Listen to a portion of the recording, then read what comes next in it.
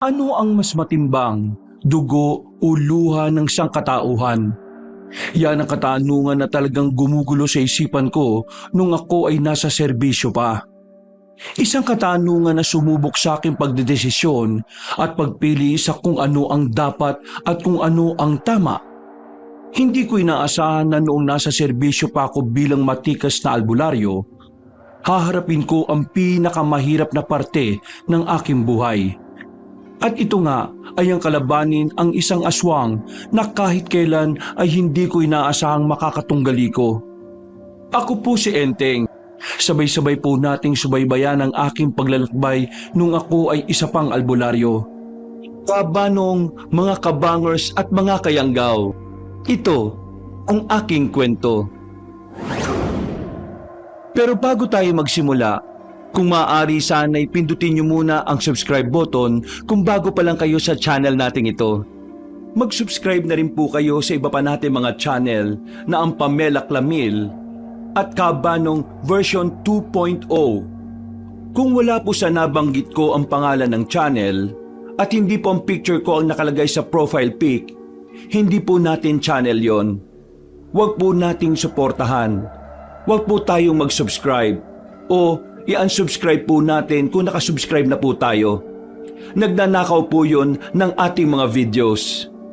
Naglalambing po ko sa inyo na ang suportahan lang natin ay yung mga channel na nabanggit. Mag-iwan na rin kayo ng comment at pindutin na rin ang like button. Napakalaking tulong po sa ating channel ang gagawin nyo pong ito. Isang malaking suporta po yun sa ating channel na labis ko pong ipagpapasalamat. At ngayon, sa ating pagpapatuloy. Ay, ano naman yung ginagawa mo? May tatakutin ka na naman ba ng kalugar natin? Bakit naghahasa ka ng ganyan mo, ha? Ay, hinaan mo nga yung boses mo. Naririnig ka sa kabilang bakuran, no? Eh, dapat nga lang marinig nila. Para kung sakaling may bumulagta na naman sa palengke, alam nilang ikaw kagad ang gagawa nun. Alam nilang ikaw agad ang ipapabarangay nila. Pambira ka naman, babae ka, oh. Ano tingin mo sa akin, masamang tao? Kasi ginagawa mo. Halos parang linggo-linggo meron kang pinapayak na tao dito sa atin. Sobrang angas at siga mo rito. Wala nang gustong kumausap sa akin dahil natatakot sila sa asawa ko. Kakainis kaya? Yung mga pinapayak ko, yung mga taong maangas din at nangahamak ng ibang tao.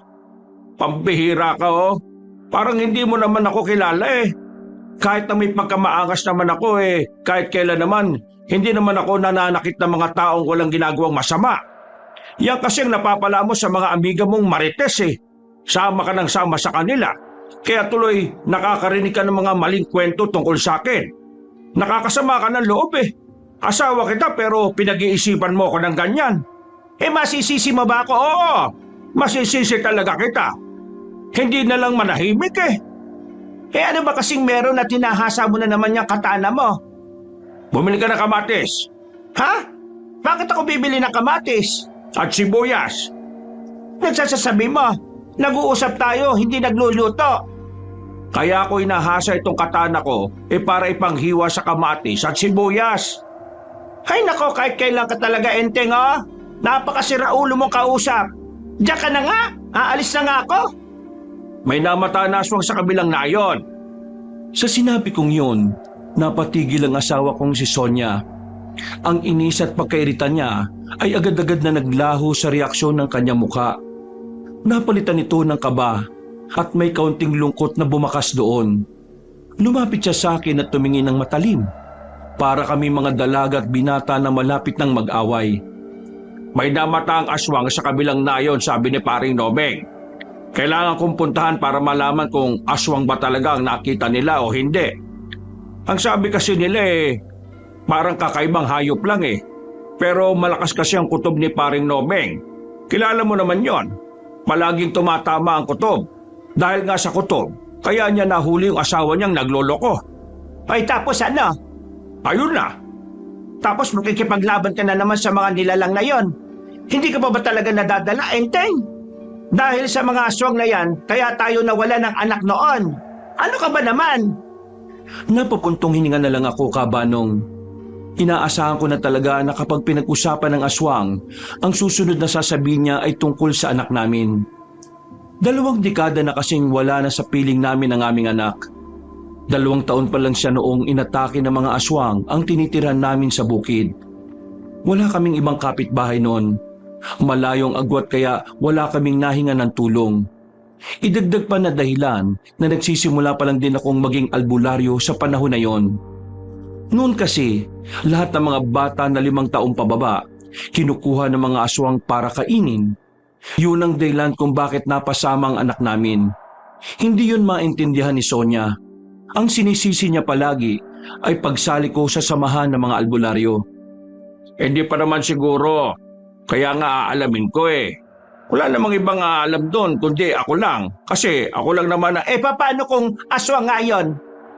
Kung sakaling aswang man yun, ang kailangan gawin patayin.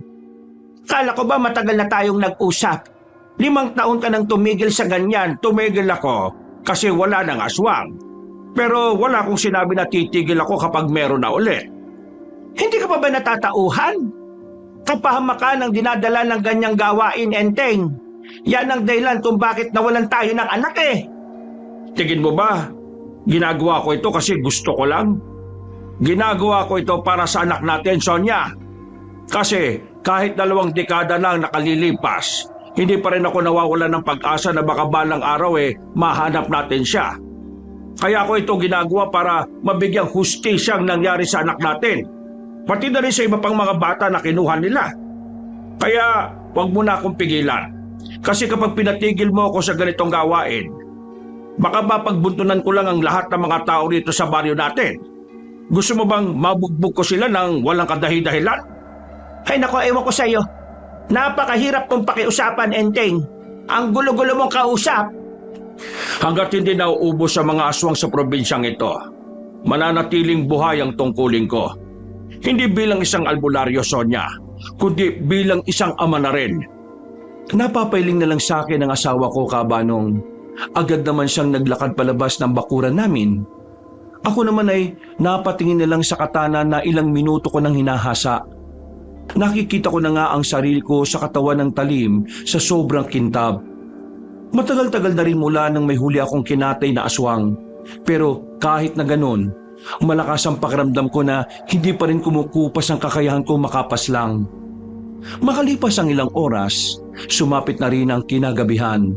Wala na akong magawa. Lahat ng mga paghahanda ay natapos ko na. Kailangan ko na lang ang signal ng kumpare kong si Nomeng. Lumabas na muna ako ng bahay para makapagpahangin at makapaglakad-lakad. Lahat ng nadaraanan ko ay nagtatabihan. Sa dami ng tattoo ko sa katawan, hindi nila maiwasang hindi matakot. Alam nilang meron silang kalalagyan kapag hinarang nila ako. Pero hindi naman talaga ako siga. Aminadong maangas, pero maangas ako sa mga taong siraulo at tarantado. Sa mga taong may mga ginagawang kalokohan sa buhay. Maya-maya, napatigil ako nang madaanan ko ang magkaibigang Ricardo at David. Kilala ko sila dahil sila yung makukulit na binatilyo na maraming tanong sa akin tungkol sa mga aswang. Hindi ko na sana sila papansinin pero tinawag ako ni Ricardo. Mang Enteng! Kung magtatanong ka ulit tungkol sa mga aswang, yun at yun pa rin ang isasagot ko. Kaya huwag ka na magtanong. Hindi naman po ako magtatanong Meron lang naman po akong sasabihin. Wala ako sa mood makipag-usap kayon. Tungkol po ito sa aswang na nakita nila Mang Nomeng. Bakit alam niyo ang bagay na yan? Pasensya na po. Narinig po kasi namin yung usapan niyo Ang lalakas po kasi ng boses niyo sa harapan ng bahay namin. Napakamot ako sa ulo. Naalala kong para pala kaming nagsisigawan ni Nomeng kapag nag-uusap. Kaya hindi na rin nakapagtataka na mayroong ibang makakarinig. Ano naman gayon? Sabado po. Pilosopo ka ba? Gusto mo itupin kita sa 8? Biro lang po. Kung anong narinig mo, yun na yun. Hindi mo na kailangang ulitin sa akin, naintindihan mo? Nakita na rin namin yon nung nakaraang taon. Isang lalaking mahabang dila, matulis ang tenga at ilong, mahabang daliri at mahaba rin ang mga kuko. Tapos may nakausling buto sa balikat. Sa kanan. Meron pong hindi nakita si Mang Noming sa aswang na yun. Pero nakita namin ni David. Yung aswang po na yun, may butas po sa bandang liig. Sa may ilalim ng baba niya, parang may lumalabas-labas puro na likido eh. Pero hindi po namin sigurado kung ano. Kung gumagawa lang kayo ng kwento para matuwa ko, tigil nyo na. Hindi ako natutawa. Totoo po sinasabi namin, Mang Enteng. Paano nyo makikita ang aswang na yun, aber? Tagaro ng angkan ni David. Napagtanungan namin sila. Nung nakaraang buwan pangaraw nila, nararamdaman na may kakaibang nilalang lalo na sa mga gubat. Bago namin ipagtanong yon, nakita na po namin yun sa gubat nang maghanap kami ng panggatong. Natutulog siya nun na parang paniki. Nakasabit sa sanga ng puno. Tapos nakita namin may binubugas siyang likido mula ron, doon sa butas ng leg niya. Bandang hapon po yun eh. Mga alas 5 yata. Basta, malapit ng dumilim. Gusto sana namin siyang patayin eh. Kaso, naalala namin, hindi pala kami katulad mo. Kaya ayun, tumakbo na lang kami. Sinasabi po namin ito sa inyo kasi tingin namin, may mga hindi po kayo nalalaman sa aswang na yun.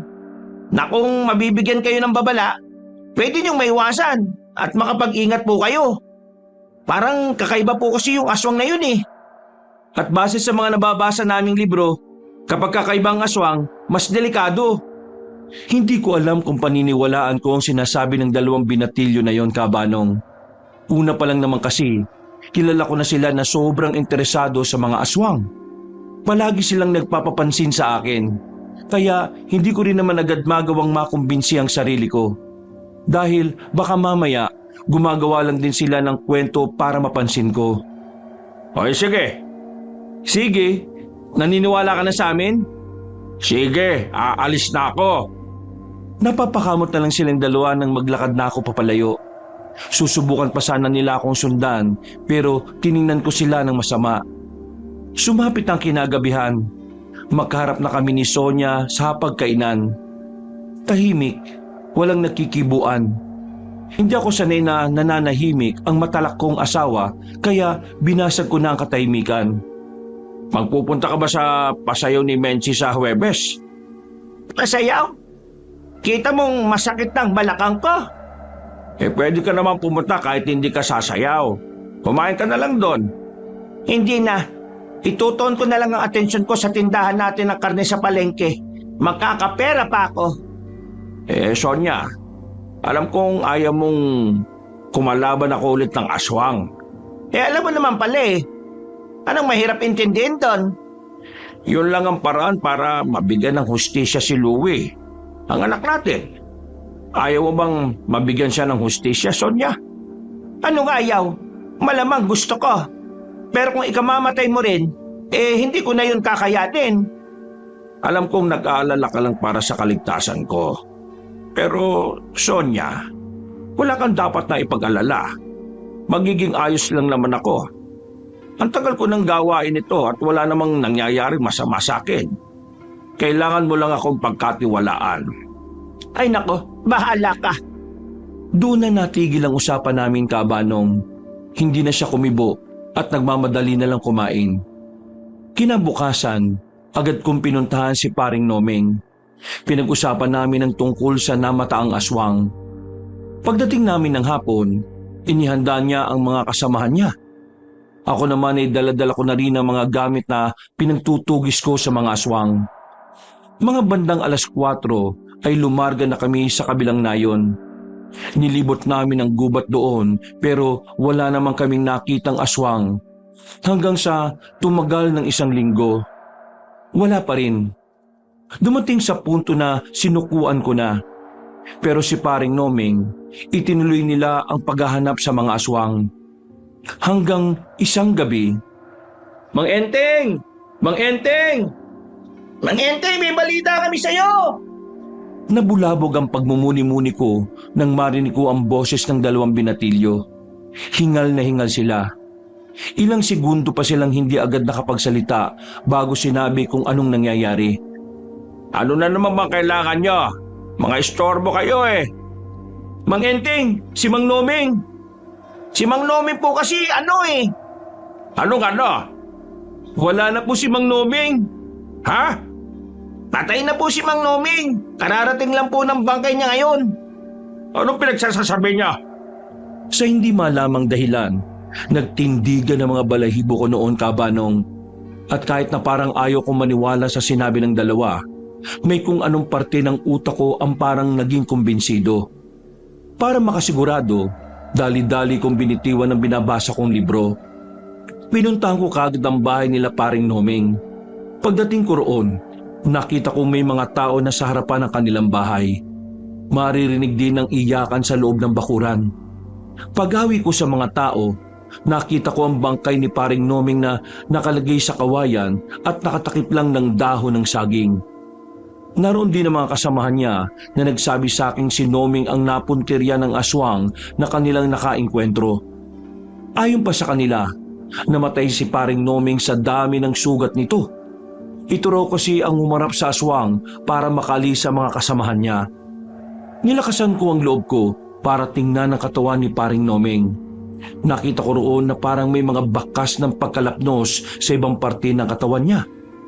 Bagay na nagpagulo sa utak ko kung saan niya yun nakuha. Maya-maya pa, lumapit ang asawa ni paring Noming na si Irma. Galit siya sa akin. Pinagsisisigawan niya ako. Sinisisi ako sa pagkamatay ng asawa niya. Na kung hindi ko lang daw inimpluwensya ng asawa niya na maging manunugis o albularyo, hindi naman daw mangyayari yun. Naintindihan ko naman ang nararamdaman ni Irma kaya hinayaan ko na lang siya. Umalis na lang ako doon dahil ayaw kong mas maging mabigat pa ang kanilang dinadala. Bagsak ang balikat ko habang naglalakad. Pwede bang hayaan niyo na muna ako? Wala ako sa mood makipag-usap ngayon. Pinagtasan ko na sila ng boses para matigil sila sa kakasunod. Pero hindi pa rin sila natinag. Ngayon pong naging kumpirmado ng aswang nga ang nakikita sa kabilang nayon, ibig sabihin, Hindi niyo ba ako narinig? Hindi po nila maituro sa inyo kung nasaan yung lungga ng aswang. Pero kami po, kaya naming ituro yun. Kung hayaan niyo kaming tulungan kayo, tutulong po kami. Sandali ko silang tiningnan. Makikita sa kanilang mukha ang pagiging determinadong tumulong. Pero nagdadalawang isip ako, Kabanong. Hindi dahil alam kong magiging pabigat lang sila, kundi dahil kapag nakita ko na ang aswang, papasukin ko ng muli ang buhay na magulo. Bagay na ayaw ng asawa ko. Kagaya nyo, meron din po akong dahilan kung bakit gusto kong pumatay ng aswang. Pinatay nilang pinakamamahal kong aso nung elementary pa lang ako. At kahit na kailan, hindi ko yun makakalimutan. Pinangako ko sa sarili ko na balang araw, makakaganti rin ako sa kanila. Kaya sana ho, hayaan nyo na ako. Kaming dalawa, hayaan nyo kami makipagtulungan. May tuturo namin kung saan yung lungga ng mga yun.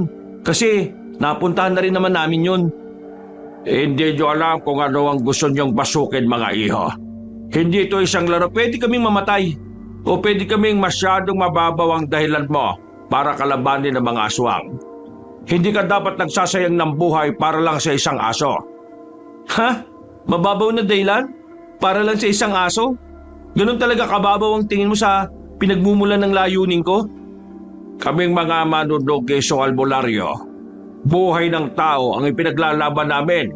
Hindi buhay aso na may buhay rin naman. Hindi ba sa aso si Pochi, Mang Enteng? Nung bata ko, yun yung kasama ko mula nang mamatay si Mama at iwan ako ni Papa. Siya ang naging pamilya ko. Siya ang naging sandalan ko sa lahat. Hindi siya basta aso. Kung sabay kayong malulunod ng aso ko, mas ililigtas ko siya kaysa sa'yo.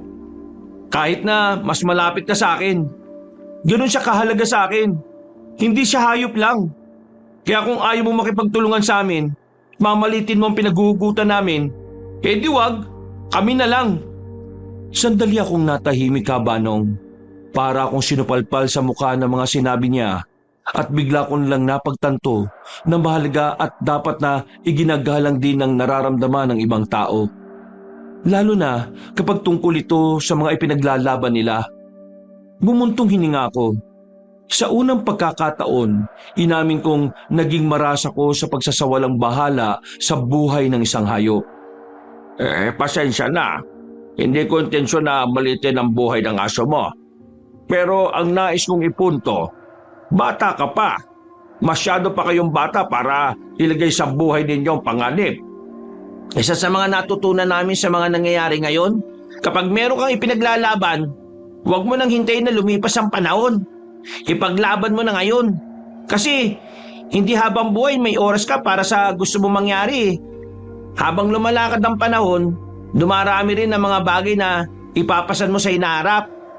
Kaya kung anong gusto mong ilaban ngayon, ilaban mo na.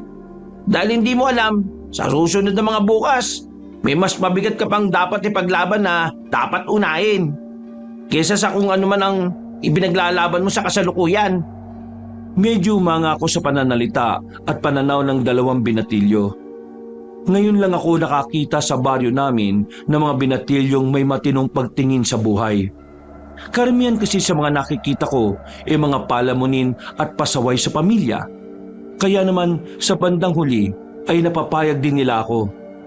O sige, papayag akong makipagtulungan sa inyo. Pero itong kondisyon ko, hindi ko kasalanan kapag namatay kayo sa laban na ito. Tumango ang dalawang binatilyo. Bumakas din ang tuwa sa kanilang muka at dahil doon, napagtanto ko na parang matagal na rin nilang gustong labanan ng mga aswang.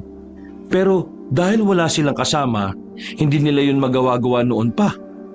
Ikaw, David, anong dahilan mo at bakit ka makikipaglaban sa mga aswang? Kasi yung aso ni Ricardo na si Pochi, ako nagbigay sa kanya noon nung bata pa kami. Kaya yun din po ang dahilan ko. Ha? Sige. Bigla na lamang umiyak si David. Tinakpan na lang ni Ricardo ang bibig nito para hindi na makagawa pa ng ingay. Nagkaroon kami ng kaunting pag-uusap. Kahit na papaano, may nalaman ako sa dalawang binatilyo. Yun ang unang pagkakataon na nakapagkwentuhan ako sa hindi ko kaedad.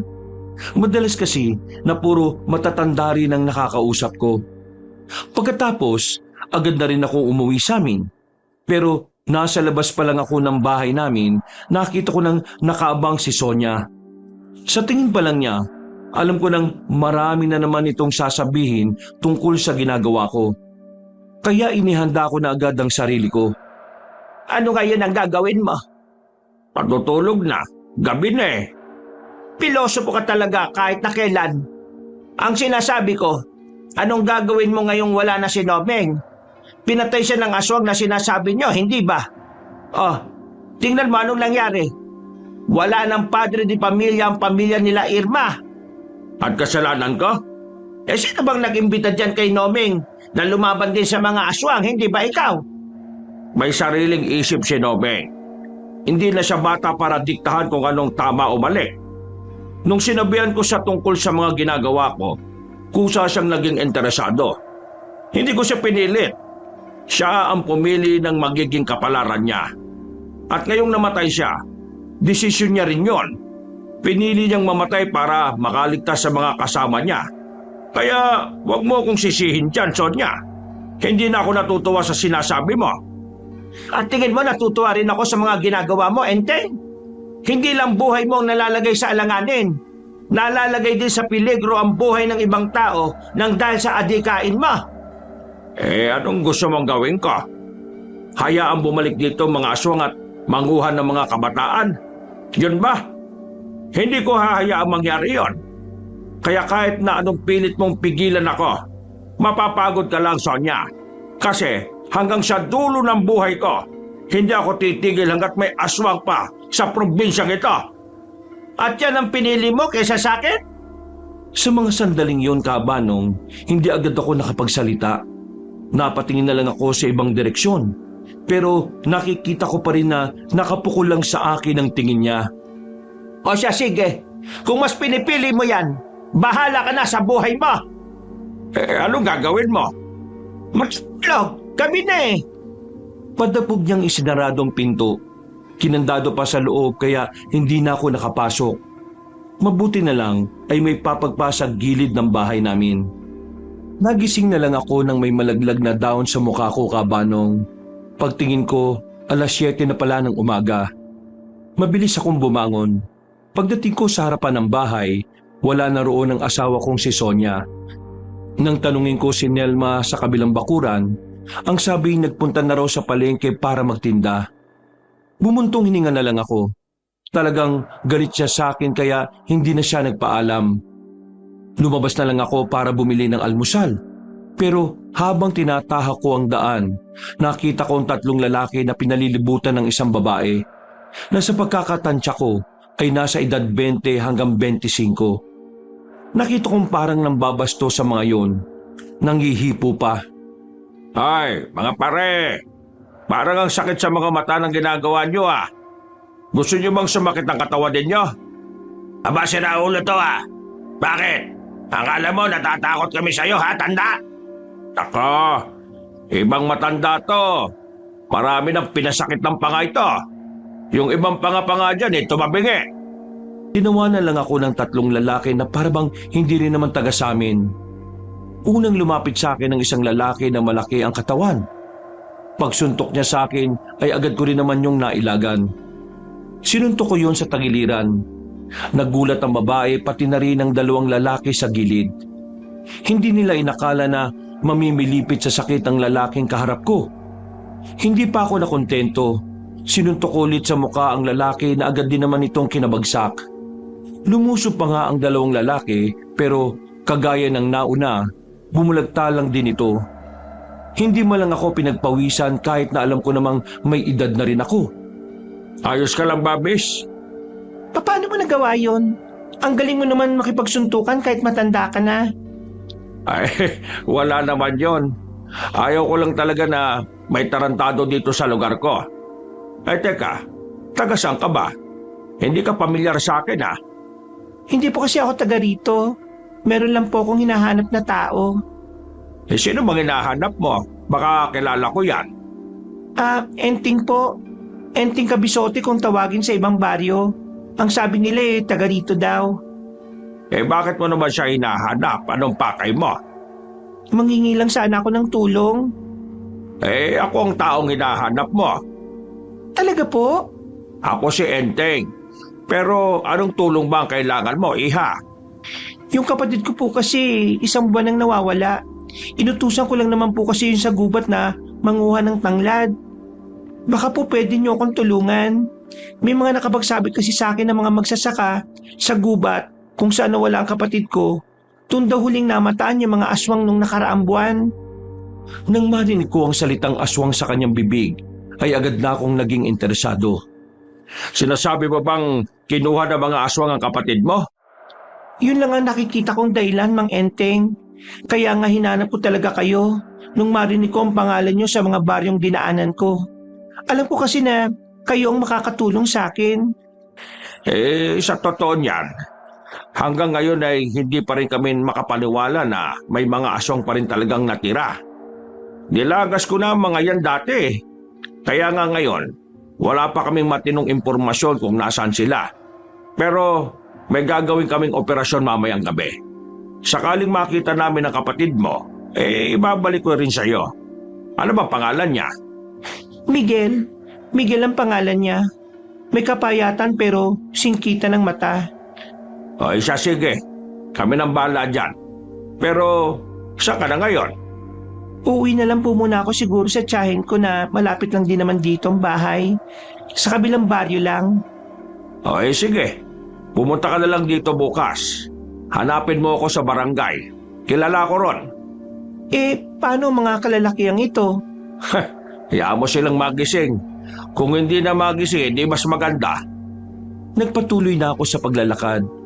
Nang muli kong lingunin ng babaeng yon, ay saka ko lang naalala na dapat pala tinanong ko na ang pangalan niya. Napapailing na lang ako. Napatigil ako ulit sa paglalakad nang makasalubong ko naman ang 2 binatilyo. Mang Enteng, sino yung kausap mong babae? Parang maganda yun ah. Hanip, hindi ka lang maangas. Matinig ka rin sa mga chika babes. Ay, mga siraulo bang mga ulo nyo? Hindi yung chicks. Tumigil nga kayo. Baka mamaya makaabot to kay Sonia baka kung ano pa na naman ang isipin ng isang yon. Sino nga yun? Di ba sabi mo, madalang ka lang makipag-usap sa mga babae? Maliban sa matatanda na gaya mo, isang taong nawawala ng kapatid. Hinala niya nakakuha raw ng aswang. Gusto ko siyang tulungan kasi alam ko rin ang pakiramdam ng nawalan. Nagkatinginan silang dalawa. Parehong may naguguluhang reaksyon. Hindi pa kasi nila alam ang tungkol sa anak kong matagal nang nawawala. Kaya iniba ko na lang ang usapan. Ay, siya nga pala. Mamayang gabi, aalis na tayo. Pupuntahan natin yung sinasabi niyong lugar kung saan niyo nakita yung aswang. Bakit po sa gabi? Kung ngayon na kaya, baka mamaya maabutan natin siyang natutulog. Pagkakataon na rin natin yun. Nakatsamba lang kayo noon, kaya ninyo inabutang tulog. Ang mga aswang, sobrang bihira lang matulog ang mga yon. Kaya sa gabi tayo pupunta, dahil doon sila gumagala at aktibo. Tumango na lang silang dalawa. Ako naman ay dumiretso na lang sa bilihan ng almusal. Pagbalik ko sa bahay, inihanda ko na ulit ang mga gamit ko. Mga bandang gabi, magkakasama na kaming tatlo. Sandali akong dumaan sa bahay nila paring Nomeng.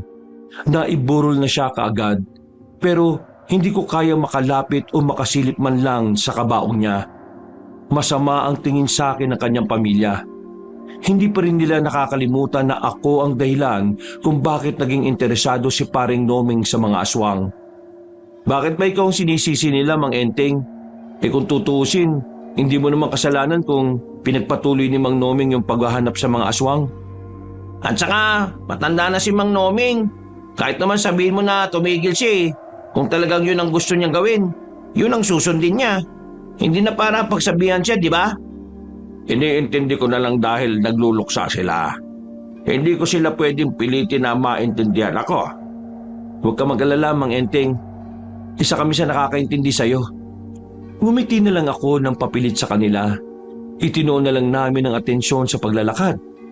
Makalipas nga lang ng halos kalahating oras, nakarating na rin kami sa kabilang nayon matapos dumaan sa ibang lugar na mauga-uga na. Narito na po tayo. Kailangan na lang natin maglakad ng halos 10 minuto para makarating sa gubat. At hahanapin na lang po natin yung puno ng akasya. Yung po ang palatandaan namin kung saan liliko Tandaan nyo lang ang mga sinabi ko sa inyo, ha, mga iho. Yang itak na dala ninyo, gamitin niya sa oras na atakihin tayo ng mga aswang. Kung sakali namang nalagay tayo sa alanganin, unan niyong iligtas ang sarili ninyo. Nagkakaintindihan ba tayo? Pero paano ka naman? Magiging enteng kabisote ba ang tawag sa akin kung hindi ko kaya makaligtas? Kung sa bagay, ikaw kaya ang pinakamaangas na albularyong nakilala namin. Sos, bola ka pa. Bulahin mo mukha mo. Sa aming pagpapatuloy ay sandali muna kaming dumaan sa bahay na kamag-anak ni David noon. Nakausap namin ang ilan sa miyembro ng kanilang angkan. At nasabi nga ng mga ito na totoong meron silang nararamdamang aswang sa kanilang baryo. Pero mas madalas daw nilang nararamdaman at nakikita yon sa kagubatan na malapit lang din sa kanila. Habang papalapit ako ng papalapit, nakakaramdam na ako ng kaba. Hindi ako kinakabahan para sa sarili ko. Kinakabahan ako para sa mga kasama ko.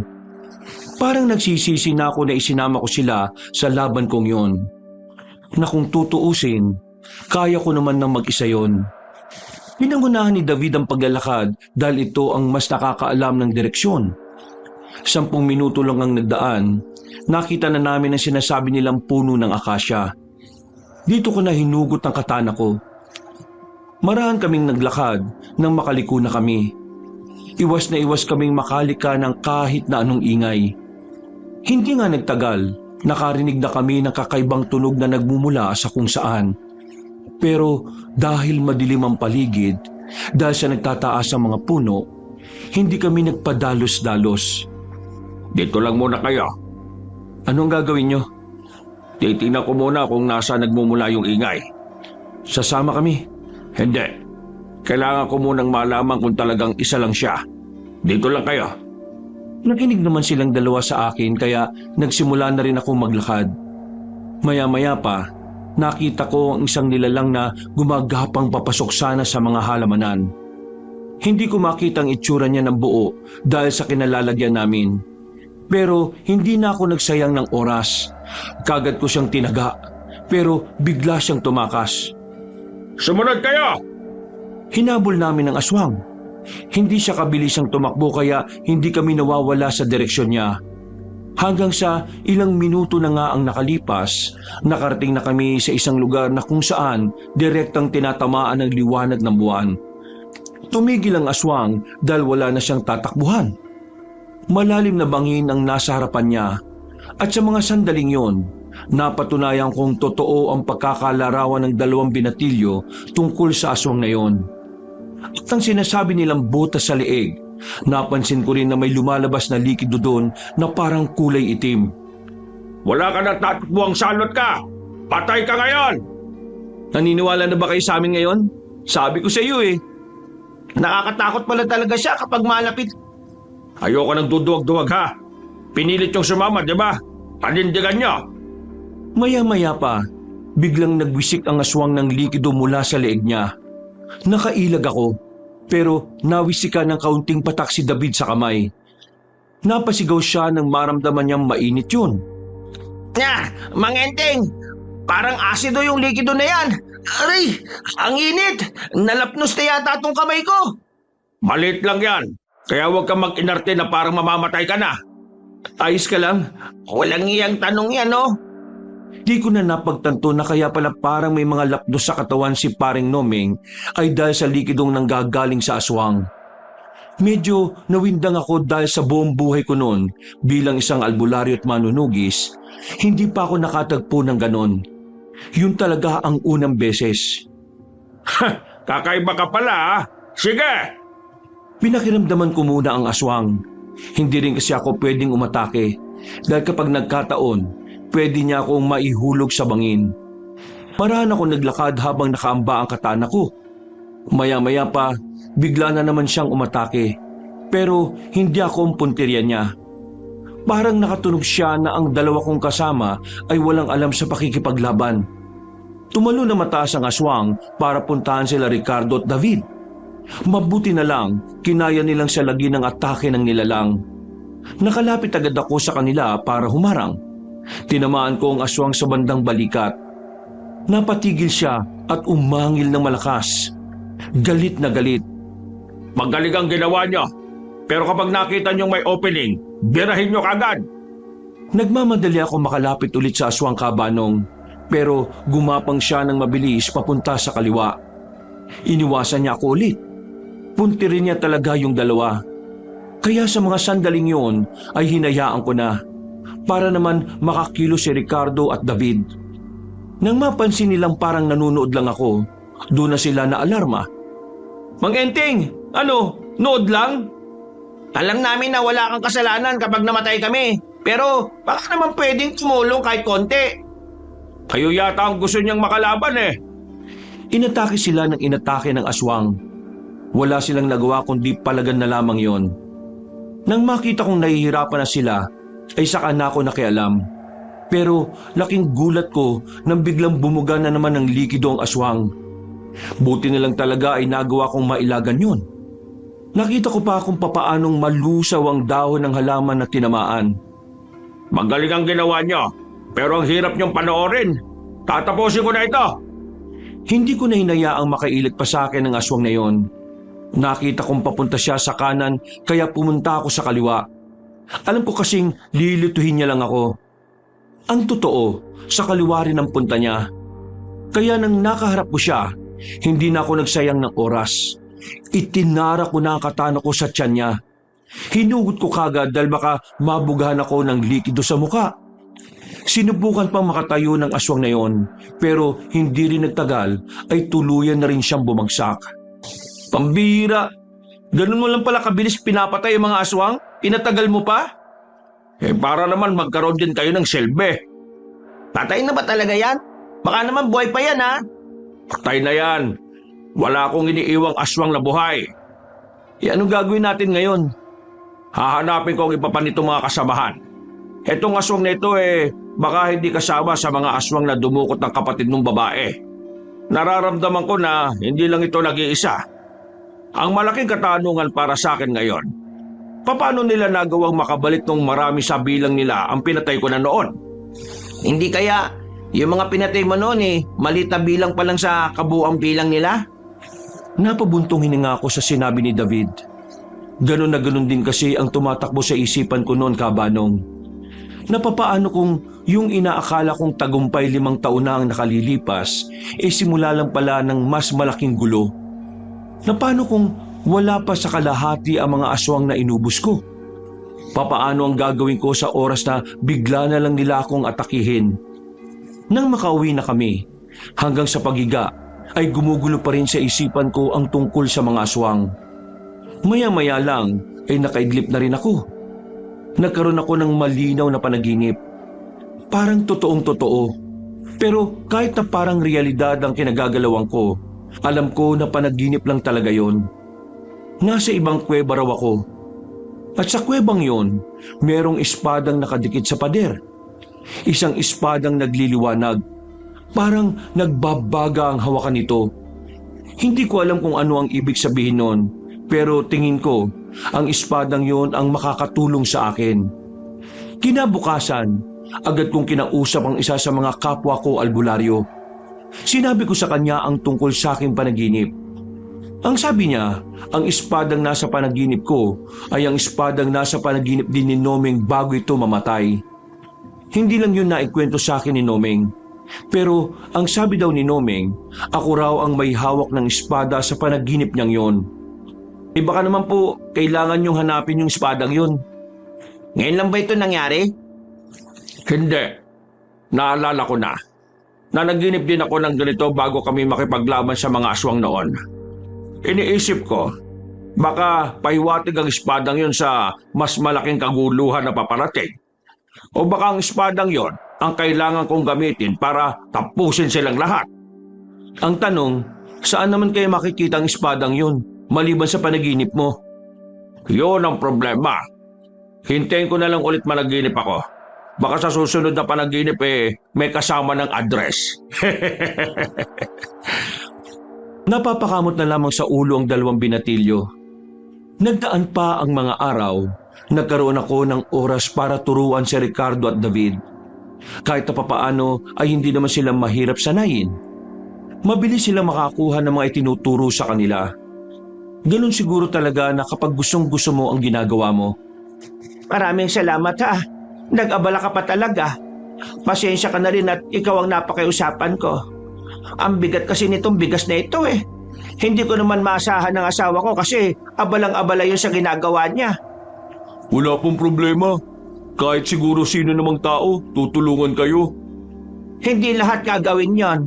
Ikaw nga lang ang tumulong sa akin Ay teka, ano nga pala pangalan mo? Ramil po. Ay maraming salamat Ramil ha. Saan ka ba nauwi? Diyan lang naman po. Gusto mo bang tumigil muna rito para makabawi naman ako sa'yo? Hindi ko po yan tatanggihan.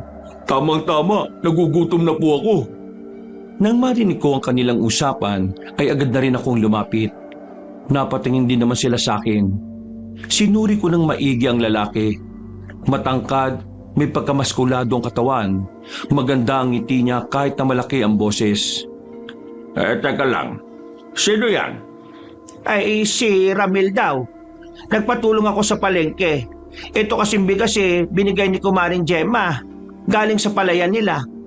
Hindi ko naman kayang buhatin. Kala nga namang umuwi pa ako rito para lang ipabuhat sa'yo. Magandang hapon po. Ramil po ang pangalan ko. Huwag po kayong mag-alala. Mabuti po akong tao. Wala naman ako sinasabing masama ka Mabuti naman po kung ganun. Kayo po ba si Mang Enteng? Paano mo ako nakilala? Ay naku, palagi kong naririnig yung pangalan nyo sa bilyaran, sa bingguhan, sa palengke at sa terminal. Maraming natatakot sa inyo Totoo pala talaga, nakakatakot po kayong kausapin. Parang ngayon, kinakabahan na ako. Lalo na nakita ko pa po yung mga tattoo ninyo. Bakit naman kakabahan at matatakot ka kung wala ka namang ginagawang masama? Hay nako, ano bang klaseng usapan yan? Ang mabuti pa, pumasok na kayo sa loob at maghahanda ako ng merienda. Hay, ikaw, Enteng. Hindi pa tayo tapos ha? Akala mo nakalimutan ko na yung ginawa mo nung nakaraan. Napailing na lang ako at natatawa naman sa binatang si Ramil. Maya-maya lang ay sabay na rin kaming nagmeryenda. Noong mga sandaling yon, hindi ko alam kung bakit parang ang gaan ng kalooban ko kay Ramil. Nagtataka nga ako sa sarili ko noon kasi ako yung tipo ng tao na hindi basta-basta naniniwala o nagtitiwala kapag hindi ko naman kilala ang nagsasalita. Pero kakaiba si Ramil. Sa ngiti pa lang niya, kuhang-kuha niya na ang tiwala namin ni Sonia. Pinagpalagay ko na lang noon na baka siguro dahil wala kaming anak, na baka nangungulila lang kami sa anak namin. Kaya yung nararamdaman namin ay para kaming maggulang sa kanya. Makalipas ang ilang araw, linggo at buwan, napadalas ang pagdaan ni Ramil sa bahay namin. Kung minsan nga ay kasakasama na rin namin siyang maghapunan. Para bang naging regular na bisita na lang din namin siya. Malaki ang pasasalamat ko kay Ramil kasi kahit na papaano, nagiging mabuti ang samahan namin ni Sonia. Alam mo, magaan talaga ang kalooban ko sa binatang yon. Parang ang tagal na natin siyang kilala. Ganon din ba ang nararamdaman mo? Oo, ganon din. Parang ang bait-bait niya talaga. Minsan nga iniisip ko, sana siya na lang ang anak nating si Louie. Napabuntong hininga ako. Nakita ko ang lungkot sa mukha ni Sonia. Akala ko sisisihin na naman niya ako. Pero iba nung gabing yon. Naging mahinahon siya. Kalmado ang tingin niya sa akin. Walang halong kahit na anong kasungitan. Sana nga.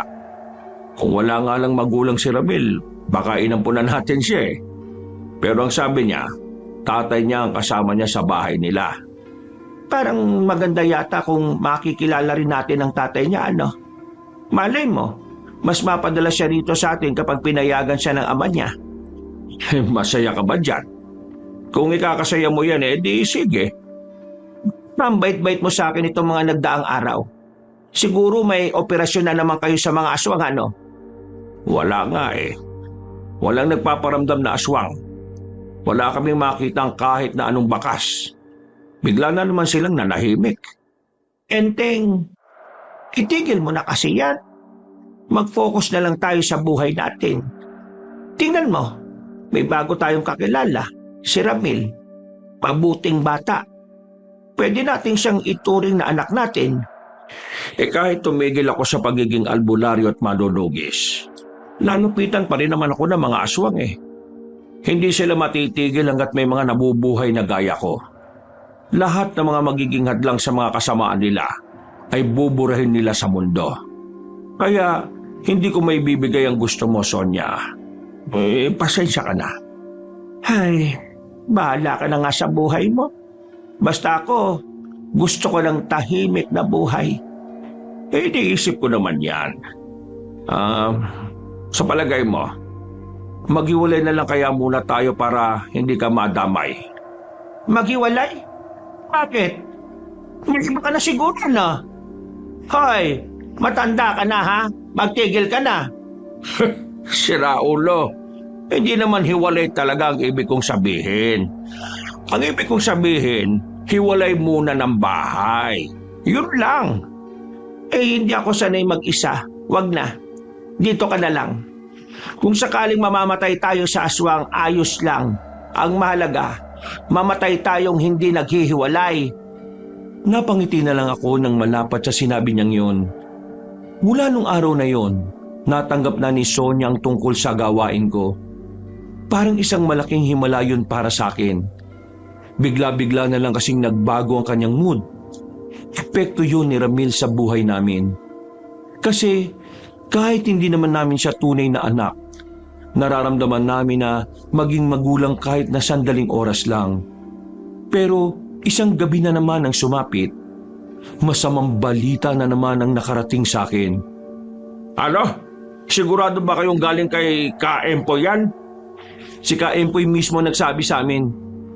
Kanina, nung makita namin siya sa kabilang nayon.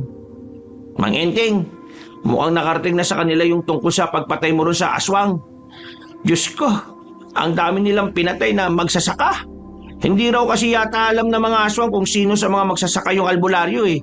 Kaya pinatay na lang nila lahat para sigurado. Anong gagawin nun natin? Gumagawa na sila ng hakbang. Sinimulan na nila ang kasamaan nila. Pupuntahan natin ang iba pa nating mga kasama. Kailangan natin silang maabisuhan sa lahat ng mga nangyayari. Palabas na sana kami ng bahay nang biglang dumating si Sonia at Ramil. May mga bitbit silang kamoting kahoy. Saan kayo pupunta? Mukhang nagmamadali kayo ah. May kailangan lang kami asikasuhin. Aswang na naman. Aswang? May pupuntahan kayong aswang? Iyon ang trabaho ng Tatay Enteng mo. Pagpuksa sa mga aswang. Wow! Astig! May mga pinapatay na tao yung mga nilalang na yon. Kaya paano astig? Uy, ano ka ba? Sonia, baka hindi na ako makasabay ng hapunan ha. Kailangan kong asikasuhin ito. Ang dami na nilang dinadamay eh. Pupuntahan lang namin ang mga kasamahan ko para kausapin sila tungkol sa sitwasyon. Sayang naman. Kasama pa naman sana natin si Ramil na maghapunan. Kung hindi natin siya makakasabay mamaya, pwedeng kinabukasan naman po. Sige na, aalis na kami. Mamadali kaming umalis doon. Dala ang mga sandata. Agad naming tinungo ang kinaroroonan ng iba pang albularyo na una naming nakausap para labanan ng mga aswang. Habang naglalakad kami papunta roon, hindi ko maiwasang hindi kabahan. Iba ang kabang nararamdaman ko noon kung ikukumpara sa kabang nararamdaman ko nung nilagas ko sila dati. Mang Enteng, saan nyo nakilala yung Ramil? Bakit mo naitanong? Alam kong natutuwa kayo sa kanya ni Aling Sonia pero kasi may pakiramdam ako sa kanya na hindi ko may paliwanag eh. Pakiramdam na hindi may paliwanag? Sinasabi mo bang may gusto ka kay Ramil? No, hindi yun ang ibig kong sabihin. Diretsahin mo na kasi. Para kasing may mabigat akong nararamdaman sa pagkatao niya eh. Parang meron siyang hindi sinasabi sa inyo. Ganun talaga kapag hindi mo naman siya kilala. Kapag nagkausap kayo at naging magkaibigan kayo, baka araw-araw pa kayo magkasama. Basta. Hindi ko alam. Sa halip na iniisip mo yan, ituon mo na lang ang atensyon mo sa gagawin natin. Nandito na tayo. Napatigil kami sa paglalakad nang matanaw na namin ang lugar ng mga kasamahan ko. Pero agad na umarangkada ang kaba sa dibdib ko nang mapansin kong ang tahimik ng lugar. Wala akong naririnig na mga nagsisibak, mga nagtatawanan, mga nagiinuman sa gilid-gilid. Hindi yun ang lugar na nakilala ko na madalas kong daanan noon. Pagpasok namin, nanlaki ang mga mata ko nang madatna ng dalawa sa mga kaibigan ko na nakahandusay na sa harapan ng kanilang bakuran. Wala ng buhay. Nagkalat ang dugo sa lapag at ang laman loob nila'y tila kinaukaw palabas ng tiyan. Sa unang pagkakataon, nakaramdam ako ng panlalambot ng tuhod. Mukhang nahuli na yata tayo ng pagdating. Meron pa ron, Mang Enteng. Inisiisa namin na makakalapit na bahay. Bawat silipin namin, merong bangkay. Kahit hindi albularyo o manunugis ay dinamay. Meron pang pinatay na kaawa-awang bata. Hindi ko na napigilan ng sarili ko. Nagmura ako at nagsisisigaw. Nabuo ang galit ko. Noong mga sandaling yon, wala akong ibang gustong gawin kundi ang gantihan sila. Wala na mga kasamaan mo, Mang Enteng. Anong gagawin natin ito? Magsasalita pa sana ako, pero narinig namin ang yabag ng paa na paparating. Paglingon namin sa gilid, nakita namin ang isang matandang lalaki na sa pagkakatansya ko, mas matanda lang sa akin ng ilang taon. Kaswal at kalmado lang siyang naglakad. Huminto ng ilang metro sa pagitan namin habang merong ngiti sa mukha niya. Sino ka? Kung ano ang mga nakikita niyong imahe ngayon, yan ay bunga ng inyong kasalanan sa aming mga aswang. Masakit bang mawala ng mga mahalaga sa buhay? Walang iya ka. Papatayin kita. Ops. Kalma ka lang. Darating din tayo sa ganyang punto. Sa ngayon, gusto ko munang malaman mo na alam na namin kung ano ang kahinaan mo. Anong pinagsasasabi mong hayop ka? Enteng Kabisote, meron kang nilunok na may wagang bunga na kung saan ang buto na ito ang nagbibigay sa iyo ng kakaibang lakas, bilis at katatagan ng katawan. Kaya ka nga di ba nakakapalag pa rin sa mga aswang kahit matanda ka na? Kasi dahil doon? Namilog ang mga mata ko. Ikinagulat ko ang sinabi niya. Hindi ko alam kung papaano niya nalaman ang tungkol doon. Mga malalapit na tao lang kasi ang may alam ng lihim kong yon. At karamihan sa mga yon ay patay na. Si Sonia naman, wala siyang ideya sa buto na nilunok ko nung nagliligawan pa lang kami. Kaya hindi ko talaga maintindihan kung papaano yun nalaman ng matandang aswang. Ha! Nagulat ka ba kung bakit ko alam ang tungkol dyan? Baka hindi mo alam. Isa sa malalapit sa iyo ang nagsabi niyan sa akin. Ngayon, dahil alam na namin ang kahinaan mo, madali na lang para sa amin na talunin ka. Ang dami mong satsat. Simulan na natin to para matapos na kita. Pep! Hindi mo ako pwedeng saktan ngayon. Biglang sumipol ang matandang lalaki. Merong 2 aswang na lumabas mula sa likuran ng bahay. Hila-hila nila ang babaeng si Tessa, ang babaeng nakiusap sa akin na hanapin ang kapatid niya. Nagsalubong ang kilay ko. Pati si Tessa na minsan ko lang nakausap, gagamitin nila laban sa akin. Mang Enteng, tulungan mo ako. Ayoko mamatay. Ayoko magkain ng mga salibaw na ito. Walang iya talaga mga aswang. Bakit may dadamay ang taong yan hindi naman kami niyan ganong makakilala. Yun nga ang maganda. Aayaan mo bang mamatay ang isang taong humihingi ng tulong? O baka naman wala kang pakialam kasi hindi mo naman kilala. Pikiusap ako. Gusto ko pang makita ka. Gusto ko magkita kami at kapatid ko. Papakawalan ko siya sa isang kondisyon. Huwag kang makikinig sa kanya. Pakakawalan ko siya kung sasama ka sa akin. Napaisip ako ng mga sandaling yon, Kabanong. Batid kong maaari akong mamatay kapag ginawa ko yon. Pero nagmamakaawa ang babae sa akin. Iyak siya ng iyak. Kaya sa bandang huli, pumayag na lang din ako. Tumupad ka sa usapan. Mang Enteng, wag! Nililin lang ka lang yan. Mauna na kayo umuwi. Ayokong pati kayo ay madamay pa. Hindi pwede! Sige na! Sumunod na lang kayo! Buti na lang ay nakatunog silang 2 kaya sinakyan nila ang gusto kong mangyari. Dinakma na ako ng 2 aswang. Kinuha nila ang katana ko. Meron pang lumabas na 2 aswang para naman humawak sa babae. Nang makalayo na si Ricardo at David, tumawa ng mahina ang matandang aswang. Akala niya siguro'y naisa na niya ako. Pero ang hindi niya alam, parte yun lahat ng plano ko. Kailangan ko kasing mas makalapit sa kanila. Nang sa ganon ay madali ko silang mapatay. Kawawa ka naman. Mamamatay ka lang ng ganito matapos ang lahat ng kagitingan na ginawa mo. Oh, bahala na kayo sa albularyong yan. Pagsaluhan ninyo kung gusto ninyo. Pagtiisan nyo ang bulok niyang laman loob. Patawa-tawa pa ang matandang yon at saka umalis. Makalipas ang 3 minuto ay tuluyan na siyang nawala sa paningin ko. Nakita ko na lang na binitiwan na ng 2 aswang ang babaeng si Tessa. Iba na ang ngiti niya. Hindi na ito nakakaawa. Nagpapakita na ito ng nakakainsulto at nangahamak ng ngiti.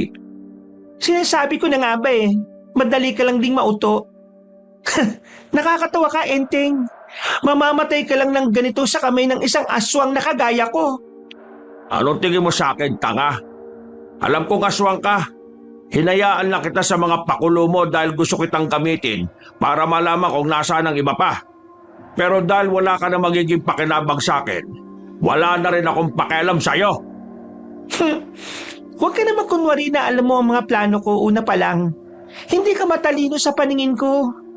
Hindi ka rin naman matalino sa paningin ko Gagawa ka na lang ng dahilan, yung kapatid mo pang hindi naman totoo.